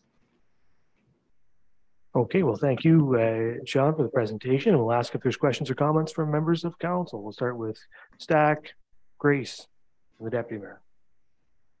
Thank you. So this the CPPS seems really interesting to me. So I'm just going to ask a question that probably betrays my ignorance to the planning process that will hopefully be filled one day. I'm just wondering if you can walk me through quickly sort of what the difference is between just updating, excuse me, the bylaws and the zoning requirements versus moving to this process. Yeah, sure. No, thank you, Councillor. It's a good question, and it's one that we ask ourselves as well, because I think it's something that we have to ask ourselves. So, unlike zoning bylaw, yes, the town could figure out what it wants and redo the zoning bylaw to make those types of housing, I guess, as of right, as we say in planning. But we do think a CPPS is better for the following reasons. Unlike zoning, a CPPS is one single application, whereas you file your zoning application or site plan. There are many different applications within a community of approvals that would have to be submitted, even if your development was permitted as of right. You would still have at least one or two applications. The second thing is that there's no guarantee that you're going to get a decision, even if you are as of right, within 45 days. And so a CPPS does give you that certainty. And the other thing that a CPPS does, because it is one application, it combines other processes. It combines variances, any severances. It combines site plan and any other requirement that may come through.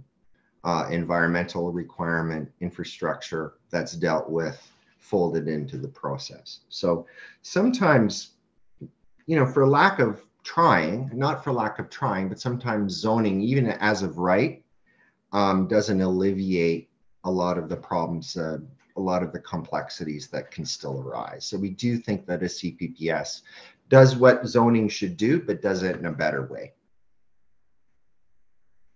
And then, so thank you, that was great. And then just one quick question, I think probably for Jay. Do you have a couple of areas that we think we're going to target in the community for this, if we were to go forward with the CPPS? Well, I hope I don't sound like I'm hedging, but right now it's open. Other than we want to focus on the built up areas, which is a defined area in our official plan. It is mainly the former town of Port Elgin, the former town of Southampton, plus a lot of the built up areas of Saugeen Ward that are shown in our official plan. But I think this is where I think the opportunity and to go into more detail will help define it for the community, and determining what the gentle density could be and where it could be, is that it is a complementary tool. We intend to look at design guidelines, for example. I don't know if it's in the report, but I've certainly mentioned it to council before, is a guideline document, for example, can help determine how built form can be integrated well and appropriately into existing communities. There's opportunity to understand through the consultation what areas, as mentioned in the hurdle planning report, the corridors and centers are, not just the downtowns, but maybe some of the major arterial roads that exist or are planned. But I'll leave it there because that really is preempting the consultation component, but it's certainly something on our mind. Councillor Grace. Thank you, Mr. Mayor. I do have a couple of questions. Some I presented earlier, but I want to ask them for the benefit of the public. Page 19 of your report states that Bill 23 exempts developments of up to 10 residential units from site plan control, limiting a municipality's ability to prescribe some exterior design elements. Their presentation also indicates that Bill 23 will not affect the CPPS process. Does that mean that a CPPS can override the above Bill 23 exemption? Yeah, Councillor, it's a good question. Something that we've asked ourselves a lot to make ourselves double check and say, gee, did we miss this? Is this something that we got wrong? And we did consult with our friends at the ministry, and we are correct that a CPPS can provide, can go on and can incorporate a lot of those things that would otherwise be lost, including site plan. With respect, though, I am a little uncomfortable about the word override. I think if we were to put it in that terms, the province might be very quick to strip CPPS out. And I don't think any of us want that. But certainly, no, as long as site plan is our Section 5 requirements or abilities of municipalities within the Planning Act, a CPPS can do that. Now, if the Planning Act is changed further, and you never know under, in this current ride that we're on, you never know. If those things do get changed dramatically, that may have the impact of lessening what a CPPS can do. But right now, a site plan is in play. And those exterior design issues we think are incredible, because it is, especially if you're going to accommodate gentle density in existing areas, neighborhood character, look and feel, that's everything. That's really, really important.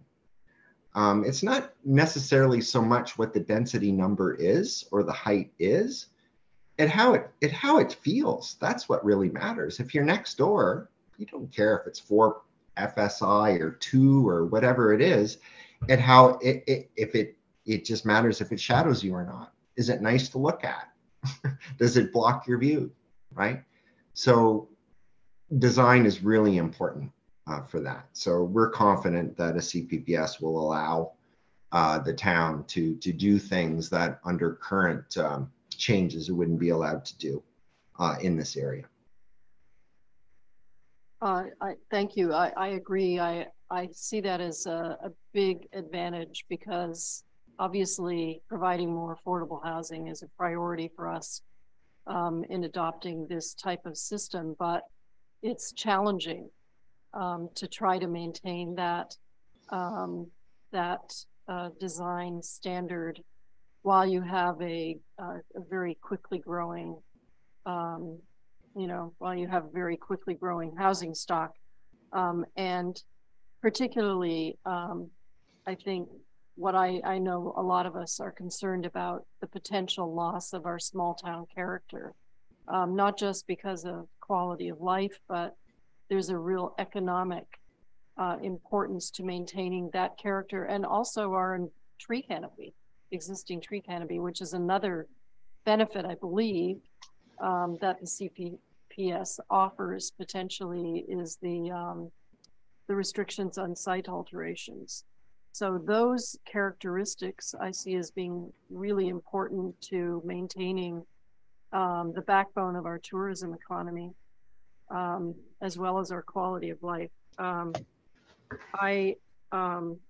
I've got another question though, and that was something you mentioned about the fact that, you know, we're doing a lot of public, having a lot of opportunity for public input, and that the CPPS reflects a community vision.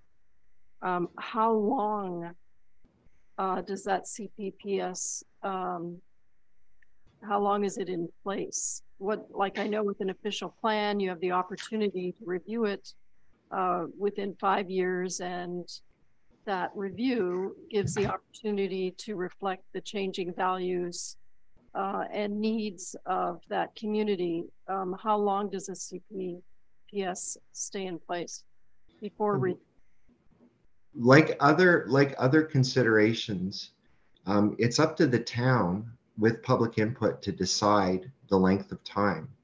That's something that we can put into the implementing bylaw, and that will specify the length of time and when a review will be initiated and what the conditions of that review are.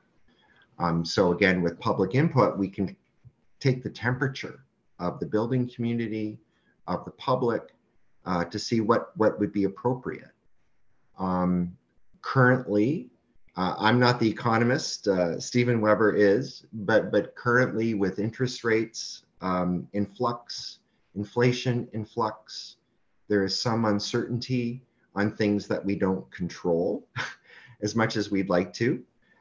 Maybe a shorter review period may be better versus a longer review period. We don't know. It's something that we'll have to ask and figure out if we do go to the next stage, for sure. Thank you. So one of the goals that you mentioned is the potential for locating 3 and 4-plex dwellings in existing neighborhoods.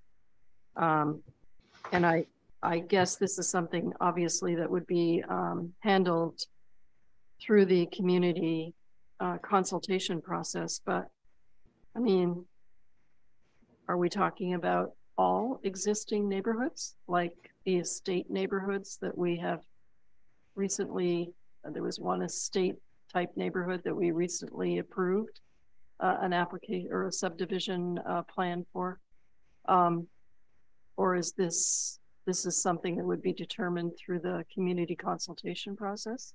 I mean, are there areas, I guess I'm saying, are there areas that aren't appropriate for that? Yeah, look, there are going to be areas within the built boundary that are more appropriate than others for a number of reasons. I think we're not just building homes, but we're also building community.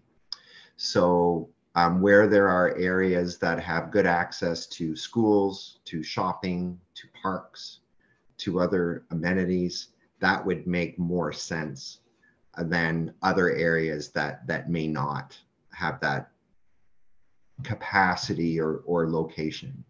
But again, that's up to you, not us. We can make recommendations for sure. And, you know, should we go to the next stage, we'd be happy to make some. But obviously, it has to come with community input, and it's something that you have to be comfortable with. I hope that answers your question, but it's something that you'll need to decide as a community. Thank you. Okay, so I have the deputy mayor, then Halpin, then Davinsky, then the vice deputy mayor. The deputy mayor. Thank you, and through you, just my question follows very naturally from the comment about 3 and 4-plexes. I'm excited about the potential of some new planning tool to provide some assistance and some encouragement. I was a bit concerned though when in the end it was about 3 and 4 plexes and apartments that were kind of bubbling up. I was curious to know, and I don't know if this is a question for you, Jay, or for Sean, is there a minimum land mass that would be required for the appropriate introduction of a 3 or 4 plex? Is there some minimum lot size that would need to exist for that? And I have a little bit more to say after this, but I just because in imagining a 3 or a 4 plex in a built up area, I just wondered what needed to be on the ground to let that happen first. Short answer is yes. I mean, it makes sense, right? Because it has to work. So part of the process would be to sort of filter, for lack of a better verb, those sites that may be more appropriate for other uses and types over others. So Anna could be better to speak to this than I would, but there could be different tiers or levels of CPPS permits that would say, if you're over here, these are the things that you could build on this checklist. And if you're over here or have this lot configuration, then this schedule or this level of the permit system applies to you. So there would have to be that filtering, certainly, because it has to work. Well, the reason why I asked about the minimum land mass required is that it appears to me as though the previous term of council and continuing on, that additional residential units have been enabled and secondary suites have been enabled. My own experience going back before the last term of council is we were enabling smaller and smaller lot sizes to be created throughout the built up area. And I'm just wondering if the point of this is to have some infilling, there's not a lot of vacant lots kind of sitting there on their own. And is the idea that this would encourage somebody to buy an existing lot, knock down something that's there to create a different density situation? Is that the idea? Because I'm just not seeing that where's the opportunity if we already have said you can have additional residential units, you can have secondary suites. We've set up that there's smaller building lots that have been possible. Like what's the bonus with this, I guess, is what I'm getting at. I can take the first stab, Jay, if you're comfortable with that. It's a idea, it's not the idea. Certainly, I think that that's something that we would, as planners, we think that would be generally a good thing to do. Because certainly certain units aren't being built in certain areas, and there's a reason for that. One of the things that we heard is that some builders would actually like to do that, would acquire some of these parcels that may be up for sale, that may be a smaller home on a quite a large lot. And they said, there's some potential here. But the uncertainty in the process and the outcomes, they just, I don't know, it's kind of risky. No, I don't think so. So this is a way to kind of get ahead and say, well, if people are looking at this anyway, we can predetermine the conditions under which this happens. And if we want enhancements for landscaping and affordability and other things, we can layer it in. And that's the cost of entry to do this work. And developers that we talk to are very reasonable, and they understand the financial and political economics of that.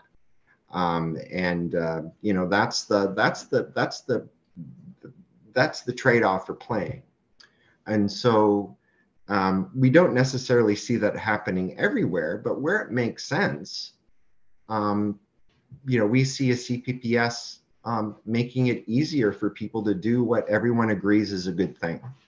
We just have to make sure that we agree on what that good thing is through the consultation and in the next phase, and then build a framework to make that happen. Okay, we'll go to Councillor Help. Oh, Jay, I don't mean to run your meeting, but Jay had a question.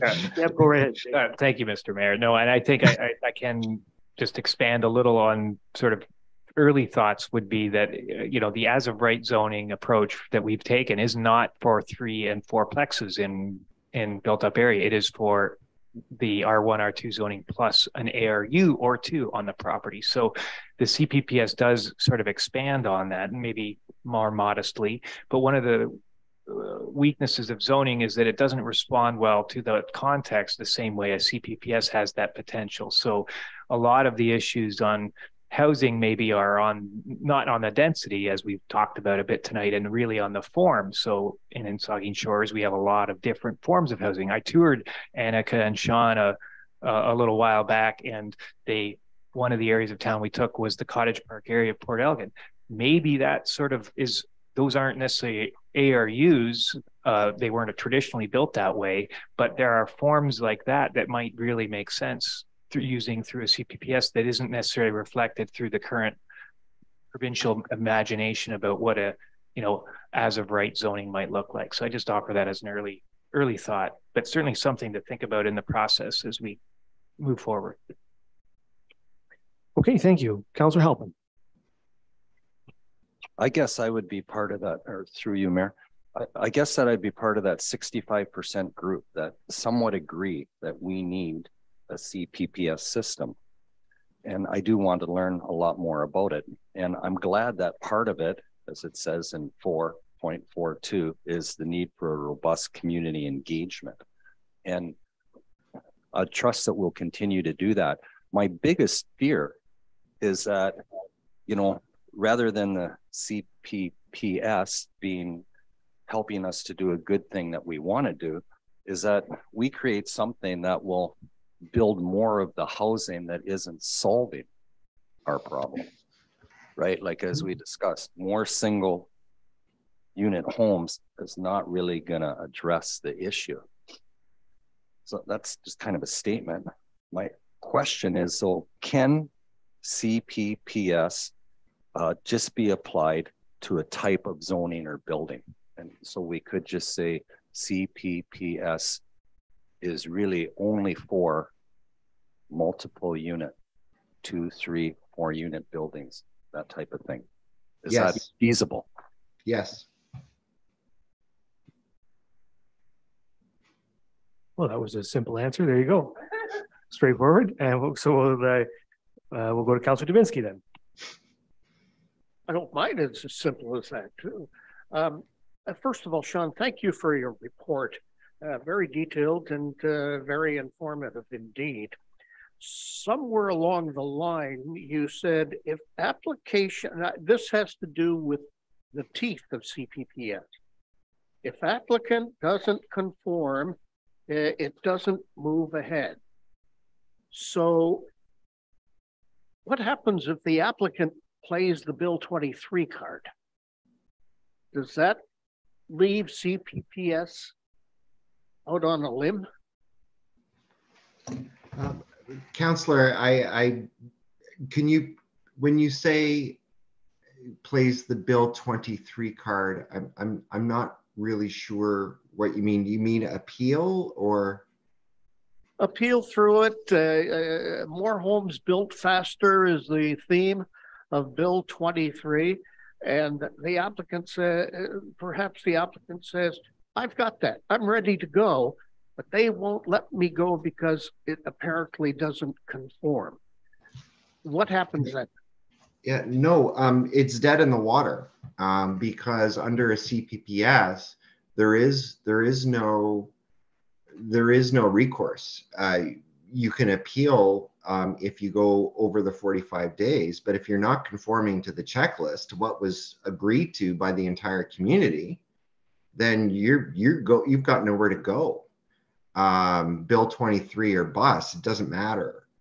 Unless there are further changes to the Planning Act to further water down the Planning Act, which may bring with it CPPS, there is no scenario where that is possible insofar as my understanding right now.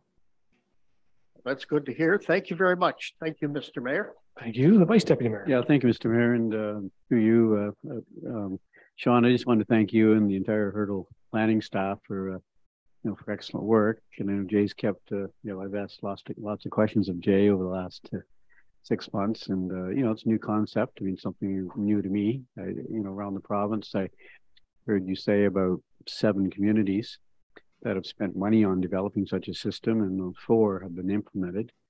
And I guess anytime we can break down barriers to make the permitting system more efficient, the better. I have a couple of questions about 4 communities that have implemented the permit system.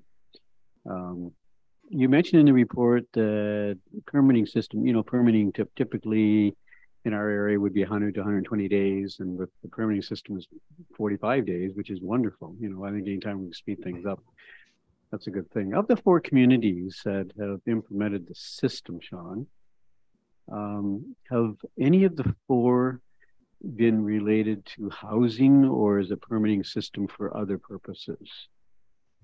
I can maybe defer to Annika, but my short answer will be the Saugeen Shores would be the first housing specific CPPS within the province. Yeah. Brampton and others tend to be more geographically specific with the specific context, more design heavy. Heritage, for example, Main Street development, greenfield development, but not with respect to a type of housing in general. And so I think Saugeen Shores would be quite unique in that way. And you could also say, well, maybe that should have been the approach for CPPS all along. Maybe that's why it hasn't really had a lot of uptake, because maybe people were using it for something that wouldn't be as useful. I honestly don't know.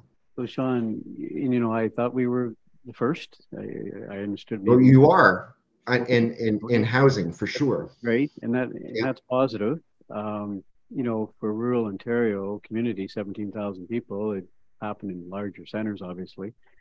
You see this, two questions. Do you see this being the first in rural Ontario? Do you see this type of permitting system being a test pilot project, perhaps, recognized by the province of Ontario? I'm not saying we wait for the province to come forward and say, hey, great work, and here's another $100 grand to implement the system now. But, they gave a substantial amount of funds to develop what the work you did. And do you see this as having potential now to reach out to the province? And then my next question relates to cost. What the costs were associated with those 4 municipalities and implemented the permitting system for other things like heritage, et cetera. I'd like to hear from you about the cost for the next phase. What are we looking at? We're looking at 50,000, 100 grand, or 50 grand, and based on the number you're about to give me, if you can ballpark it, based on other municipalities, is this an application that would have merit in terms of going back to the province and say, hey, look what we've done. It's a good thing. We're breaking down some barriers, making the permitting system potentially quicker from 120 days to 45. Do you see this having potential to be funded provincially as a test pilot community? And what would the cost be to get into phase 2? Wow. Thank you, Vice Deputy Mayor, for the question. Lots there. I think a lot of it would be speculative on my part, but since you asked the question, and I'm here to serve, I think as a team, we would love for this to be an example that people look to, not just other communities that are comparable to Saugeen Shores in population and geography, but everywhere. To me, CPPS is something that's scalable, right? Good planning can apply and should apply everywhere.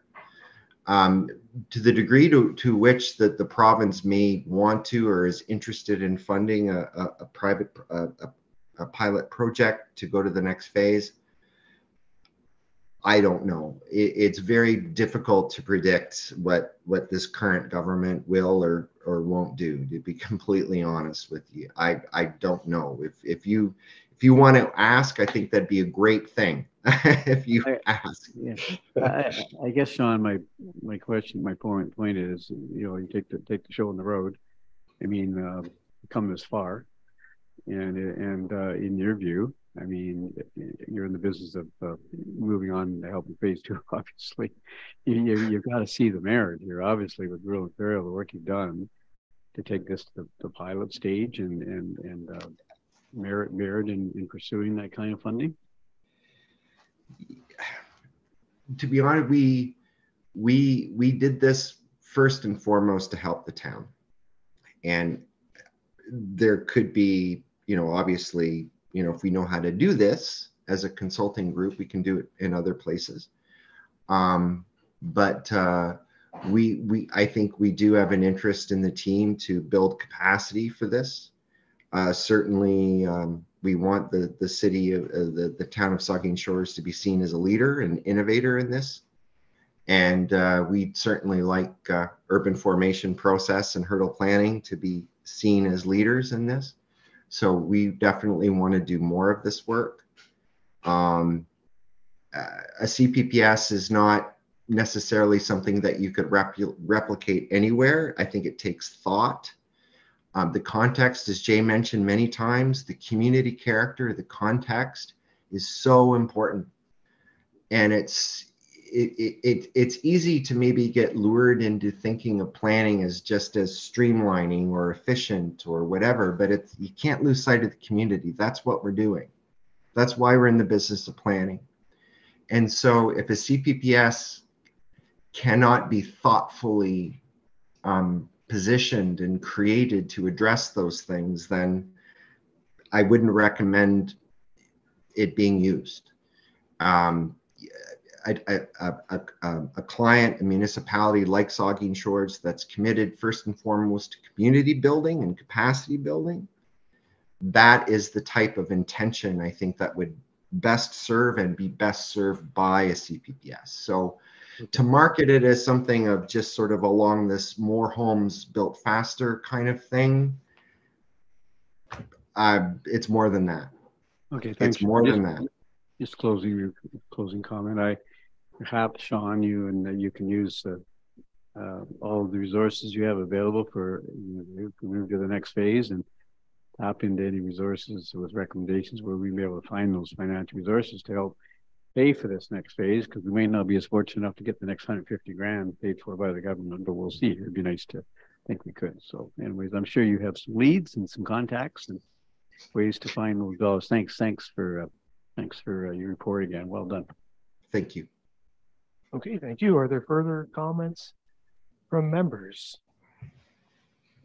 I don't see any. I have a couple of comments, I guess. So thank you first and foremost for the report and the presentation. This is a really interesting concept, one that's been in the Act for a long time and one that I've sort of looked at over the years and been interested in. I really think, honestly, that this is what Bill 2023 should have been. If they had been thinking through what the right way to fix the planning process, to remove unnecessary roadblocks in the system and to remove political uncertainty, this would have been the way to do that. And, if you think about it from the perspective of somebody who's thinking about building something in our community, we have a lot of different broken up processes in the planning process, zoning, official plan, minor variance, plan a subdivision, and then all of that, so you start working with a planner, and then, you could, in some cases, work for years. And at the end of that process, there's a panel sitting around here, and they have to wonder, well, what's Luke thinking, right? What's he going to say when it shows up there? And they have no idea, right? And that's a huge amount of uncertainty. And so when you say infill development, and the uncertainty that developers have in terms of building something new there, that's the uncertainty. They don't know what the politicians will say about it in the end because they don't know what the community is going to say. They're afraid of the judgment, and they don't have any way to correct for that in their process. So what does this do? It takes the political process and puts it at the beginning instead of at the end. We have that community consultation. The council makes the decision at the start of the process so that there is certainty, so that when they show up and want to build that infill, they know exactly what the community thinks about it. They know what the council thinks of it. And then they can proceed with certainty and they can build the thing and they know what it's going to be. And we'll have the discussion as we go through this process about what exactly that's going to look like, whether you put duplexes or whether, you know, whatever, what the landscaping needs to be. We'll make all those decisions and it'll be right for Saugeen Shores. The council will make the decision and then it will be fixed. And then a developer can show up and say, okay, I just have to go through this checklist and I can get something, build it, and I'm going to get the approval. If I check these boxes, I'm going to get approval. And that's certainty, and that gets stuff built. Political uncertainty doesn't get anything built. So this is the right way to fix the system. And I certainly appreciate the Vice Deputy Mayor's request for funding, and I understand that, and certainly more funding would be helpful, but I'm kind of eager to keep the province out of it.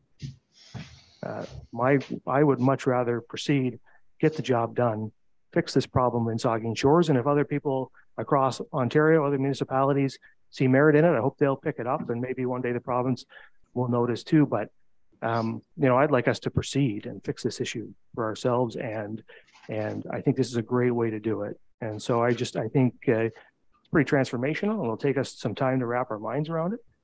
But I think it has the opportunity to really make this process work, and in the end, get us some of the housing we need built, get us some of that affordable housing, but built in a way that works for our neighborhoods, for our communities, and has acceptance of our residents. So anyway, I really want to proceed with it. Obviously, I'm keen on it, and so I appreciate everybody's work, all of our staff and yourselves, all of our consultants working on this. It's great work and important work. So thank you. And we do have a recommendation that council endorse the building homes with a community planning permit system recommendations report. The council directs staff to prepare an implementation budget and schedule for further consideration. Is there a mover and seconder? Moved by the Vice Deputy Mayor, seconded by Councillor Stack. Any further questions or comments? Seeing none, all in favor? That's carried. Thank you. And I just screwed up that last one. I should have had a mover and seconder on the previous application. I thought I was in committee of the whole, but I'm not. So I just need can I get a mover and seconder that draft plan subdivision application S-2022-007 be received for information, and staff provide a report regarding the public meeting and a recommendation regarding the application at a subsequent meeting. Moved by the Deputy Mayor, seconded by Councillor Davinsky. All in favor? That's carried. Thank you for fixing that. My mistake there. All right, so you're looking for a break? Yeah, we can take a 5-minute break and we'll reconvene at 8:45.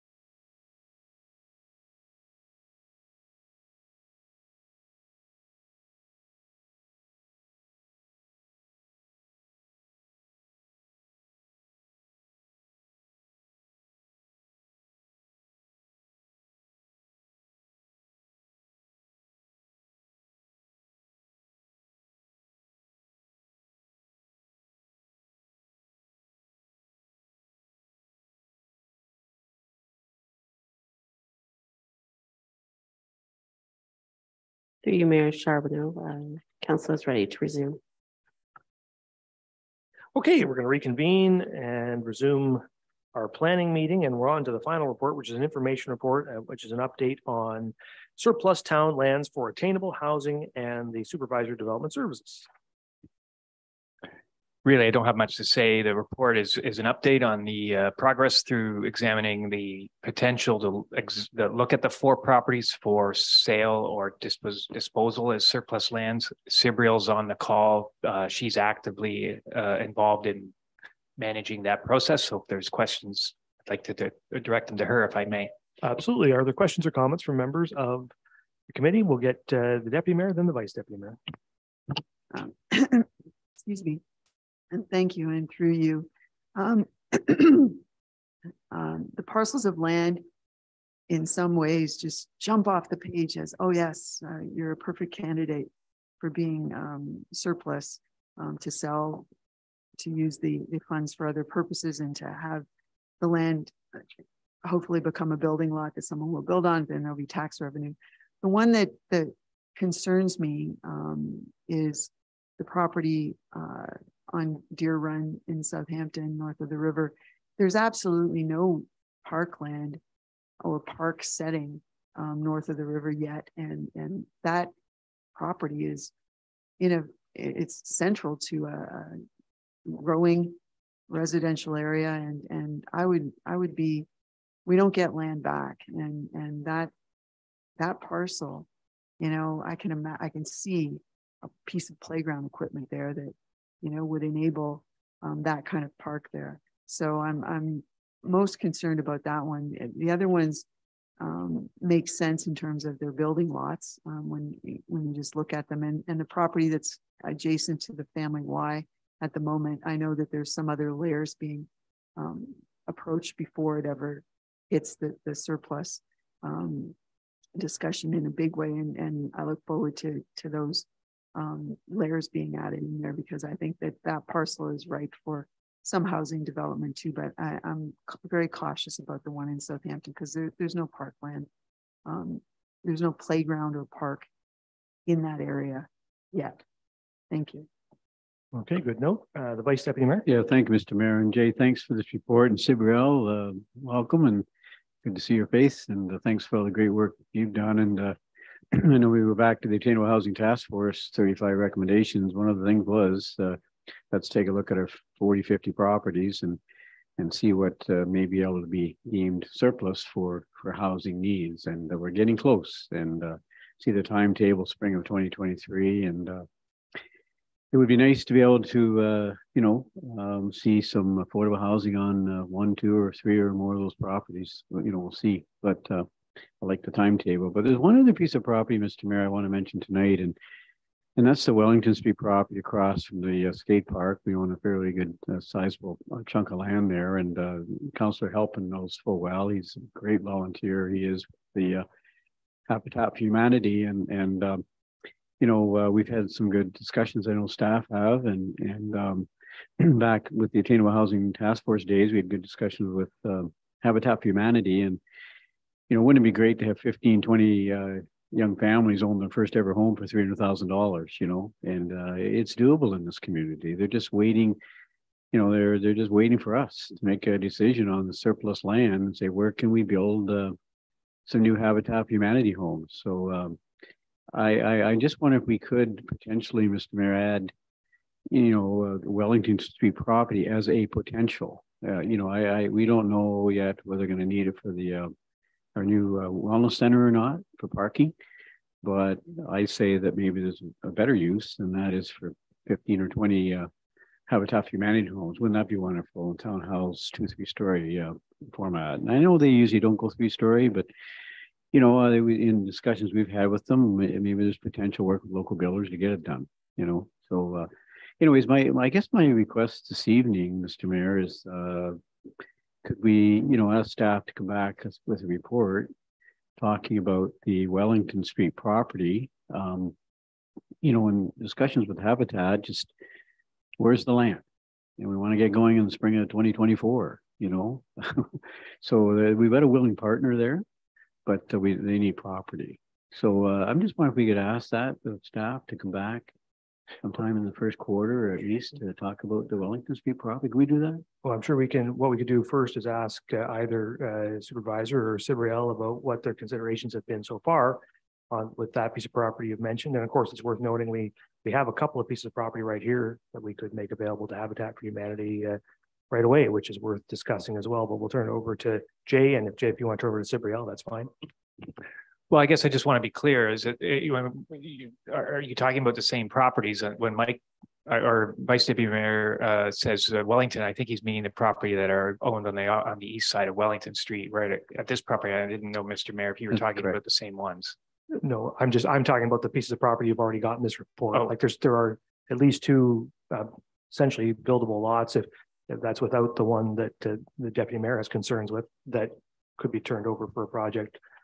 Right, as soon as we have a process right here. So, you know, you could certainly talk about habitat projects on those properties right away. But I wonder if you could give us an update on the property the Vice Deputy Mayor is talking about.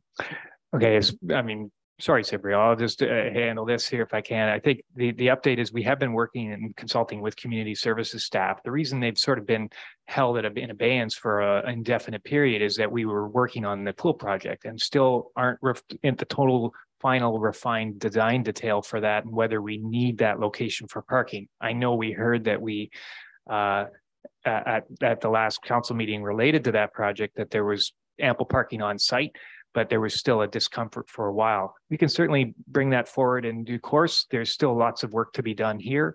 And as I mentioned at the beginning, that Cibriel can outline that here. When it comes to working with Habitat, certainly they've expressed an interest in working with town. To me, it's not just two members around this table. I think whether or not the Wellington Street property is identified tonight or in a few months, the work that they can do is still pretty quick to turn around. I don't think a couple months here is going to be a big concern. I'd rather get focused on this project, obviously, to wrap it up if possible. Mayor, all I was asking for really is in the first quarter just to take a look at that piece of property JS always asking for, and to see if it's a potential property number 5. That's all. But I get we want to move forward with these first 4 with council decision in the first quarter, but I just think it's a good piece of property to take a look at. Thanks. Yep. Yeah, thank you. I'm sure it sounds like the answer is that staff is looking at it. So I'm sure we'll hear back. Councillor Help. Thank you, and through you, Mayor. When one of the things that Deer Run property there, we're always asking developers and people to keep green spaces. Would that be a good little spot for us to keep for a green space? You know, like, would that be a consideration to have our own little carbon sink there and perhaps open it up with a bit of a trail or something?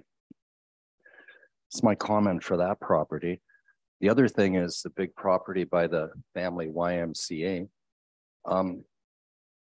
Is that a suitable spot for low income housing? Is that a suitable spot that maybe Bruce County would be willing to build affordable housing on? And I'm so reluctant to part with a piece of property like that when we have all these pressing needs for affordable housing ownership, affordable housing rentals. And we're sitting on a big solution with that piece of land. And I don't think there's anyone at this table I think everyone at this table is concerned about affordable housing, whether it's ownership or rental. And I see that piece of property as just a vital part of that solution. Okay, yeah, thank you, Councillor Davinsky. Yes, to echo, thank you, Mr. Mayor. To echo Councillor Halpin's statements, you know, what I thought was surplus coming into this meeting, and then hearing the thoughts around the table, I'm not so sure it's surplus in the way that we could use it for Habitat for Humanity. Saugeen First Nation is doing that as we speak with their multiple houses. And I don't know how the land configures next to the Y Child Care Center, but that would be a great spot. And so would the Wellington Street, the east side of Wellington Street. In addition, I'd say, great, those are good. And then the deputy mayor comes up with this park idea, and she's right. There is no park area in that particular region of our community. So there are things that we can do without just selling off willy-nilly. And I know there's no, I don't think there's any direction that we have to vote on, but I surely would like to see this deferred and then have it come back with those ideas. I think it's just important to be clear what we mean when we talk about declaring a piece of property surplus to the needs of the municipality, right? Declaring a piece of property surplus doesn't mean that we're selling the piece of property. It means that we're using the property for the long term for uses that aren't municipal in nature, right? And we saw that recently. We had a situation where we retained the property, retain ownership, but use it for a purpose that isn't essentially municipal. In that case, leasing it for a long term, and that could be what you end up doing with these pieces of property as well. So I think for council's information and so that the public is perfectly clear, this is, and it's hard, I think, sometimes for folks to understand because the Municipal Act in many ways is an arcane document with language that doesn't really align with how people understand the world. So, but the fact is we have to do a thing like this. In order to use these properties for obtainable housing, however we use them, we have to go through a process of declaring them surplus. It's required in the Act. And so that's what we're talking about here. So I agree with certainly both my friends, Councillor Halpin and Councillor Davinsky, and I think my personal view is in every case, we're better off to retain these lands and so that we can ensure that they remain, so the housing that gets built on them remains affordable in perpetuity. These lands are precious. They belong to the people of the community and they need to do something exceptional. And they can't just be taken, parceled out, sold cheaply once and then become market rents. After that, that isn't going to be satisfactory to the people of the community, certainly not to me either. So I hope that clarifies that point. And I guess I should just say either to Mark or to Jay, I got that right. Yes, you don't disagree with anything I said there because it is a little confusing. No, I do want to, I think it's worth underlining that the discretion still remains with council about how they want to handle the property once we complete this process. And maybe in future reports, we can make that more clear so it doesn't come up. You're the Vice Deputy Mayor.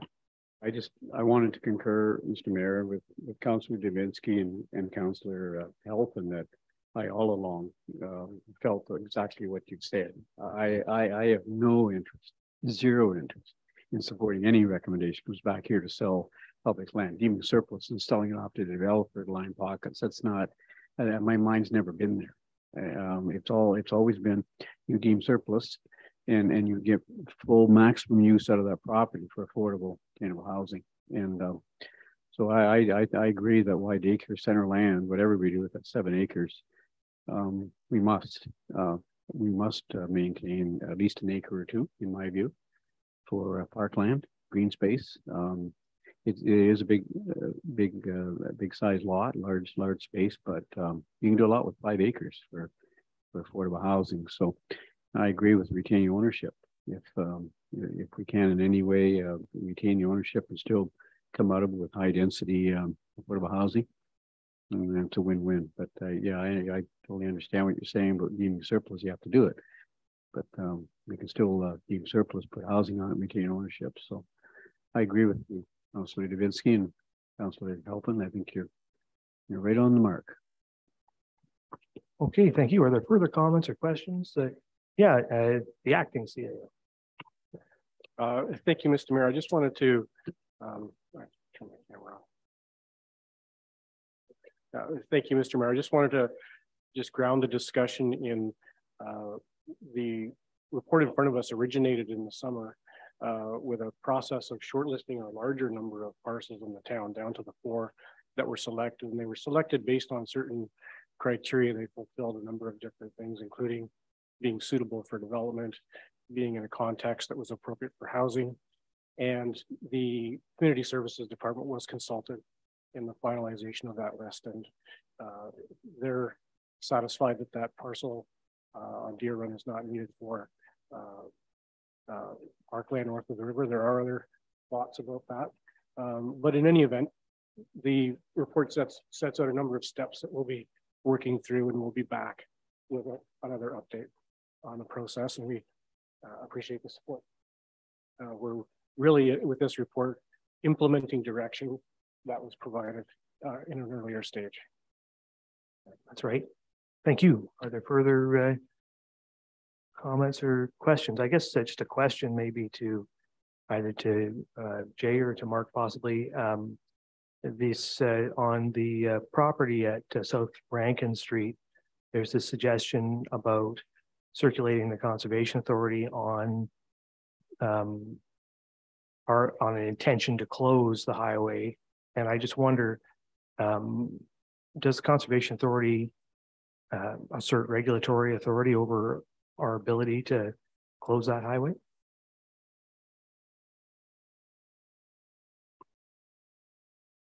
Maybe Sibril has an answer. I don't have one. I haven't reached out to Saugeen Valley. I was going to reach out sort of indiscreetly, not identifying any particular end, but ask the hypothetical, and I haven't got an answer. And my assessment is that they don't. It's not development interference with wetlands. Wouldn't be identified in the regulation, so I wouldn't circulate them. Yes, I can answer that, Mr. Mayor. Yeah. So they do not have regulated authority over closing of that highway necessarily. The recommendation to circulate them is only based on the fact that it is within the flood zone.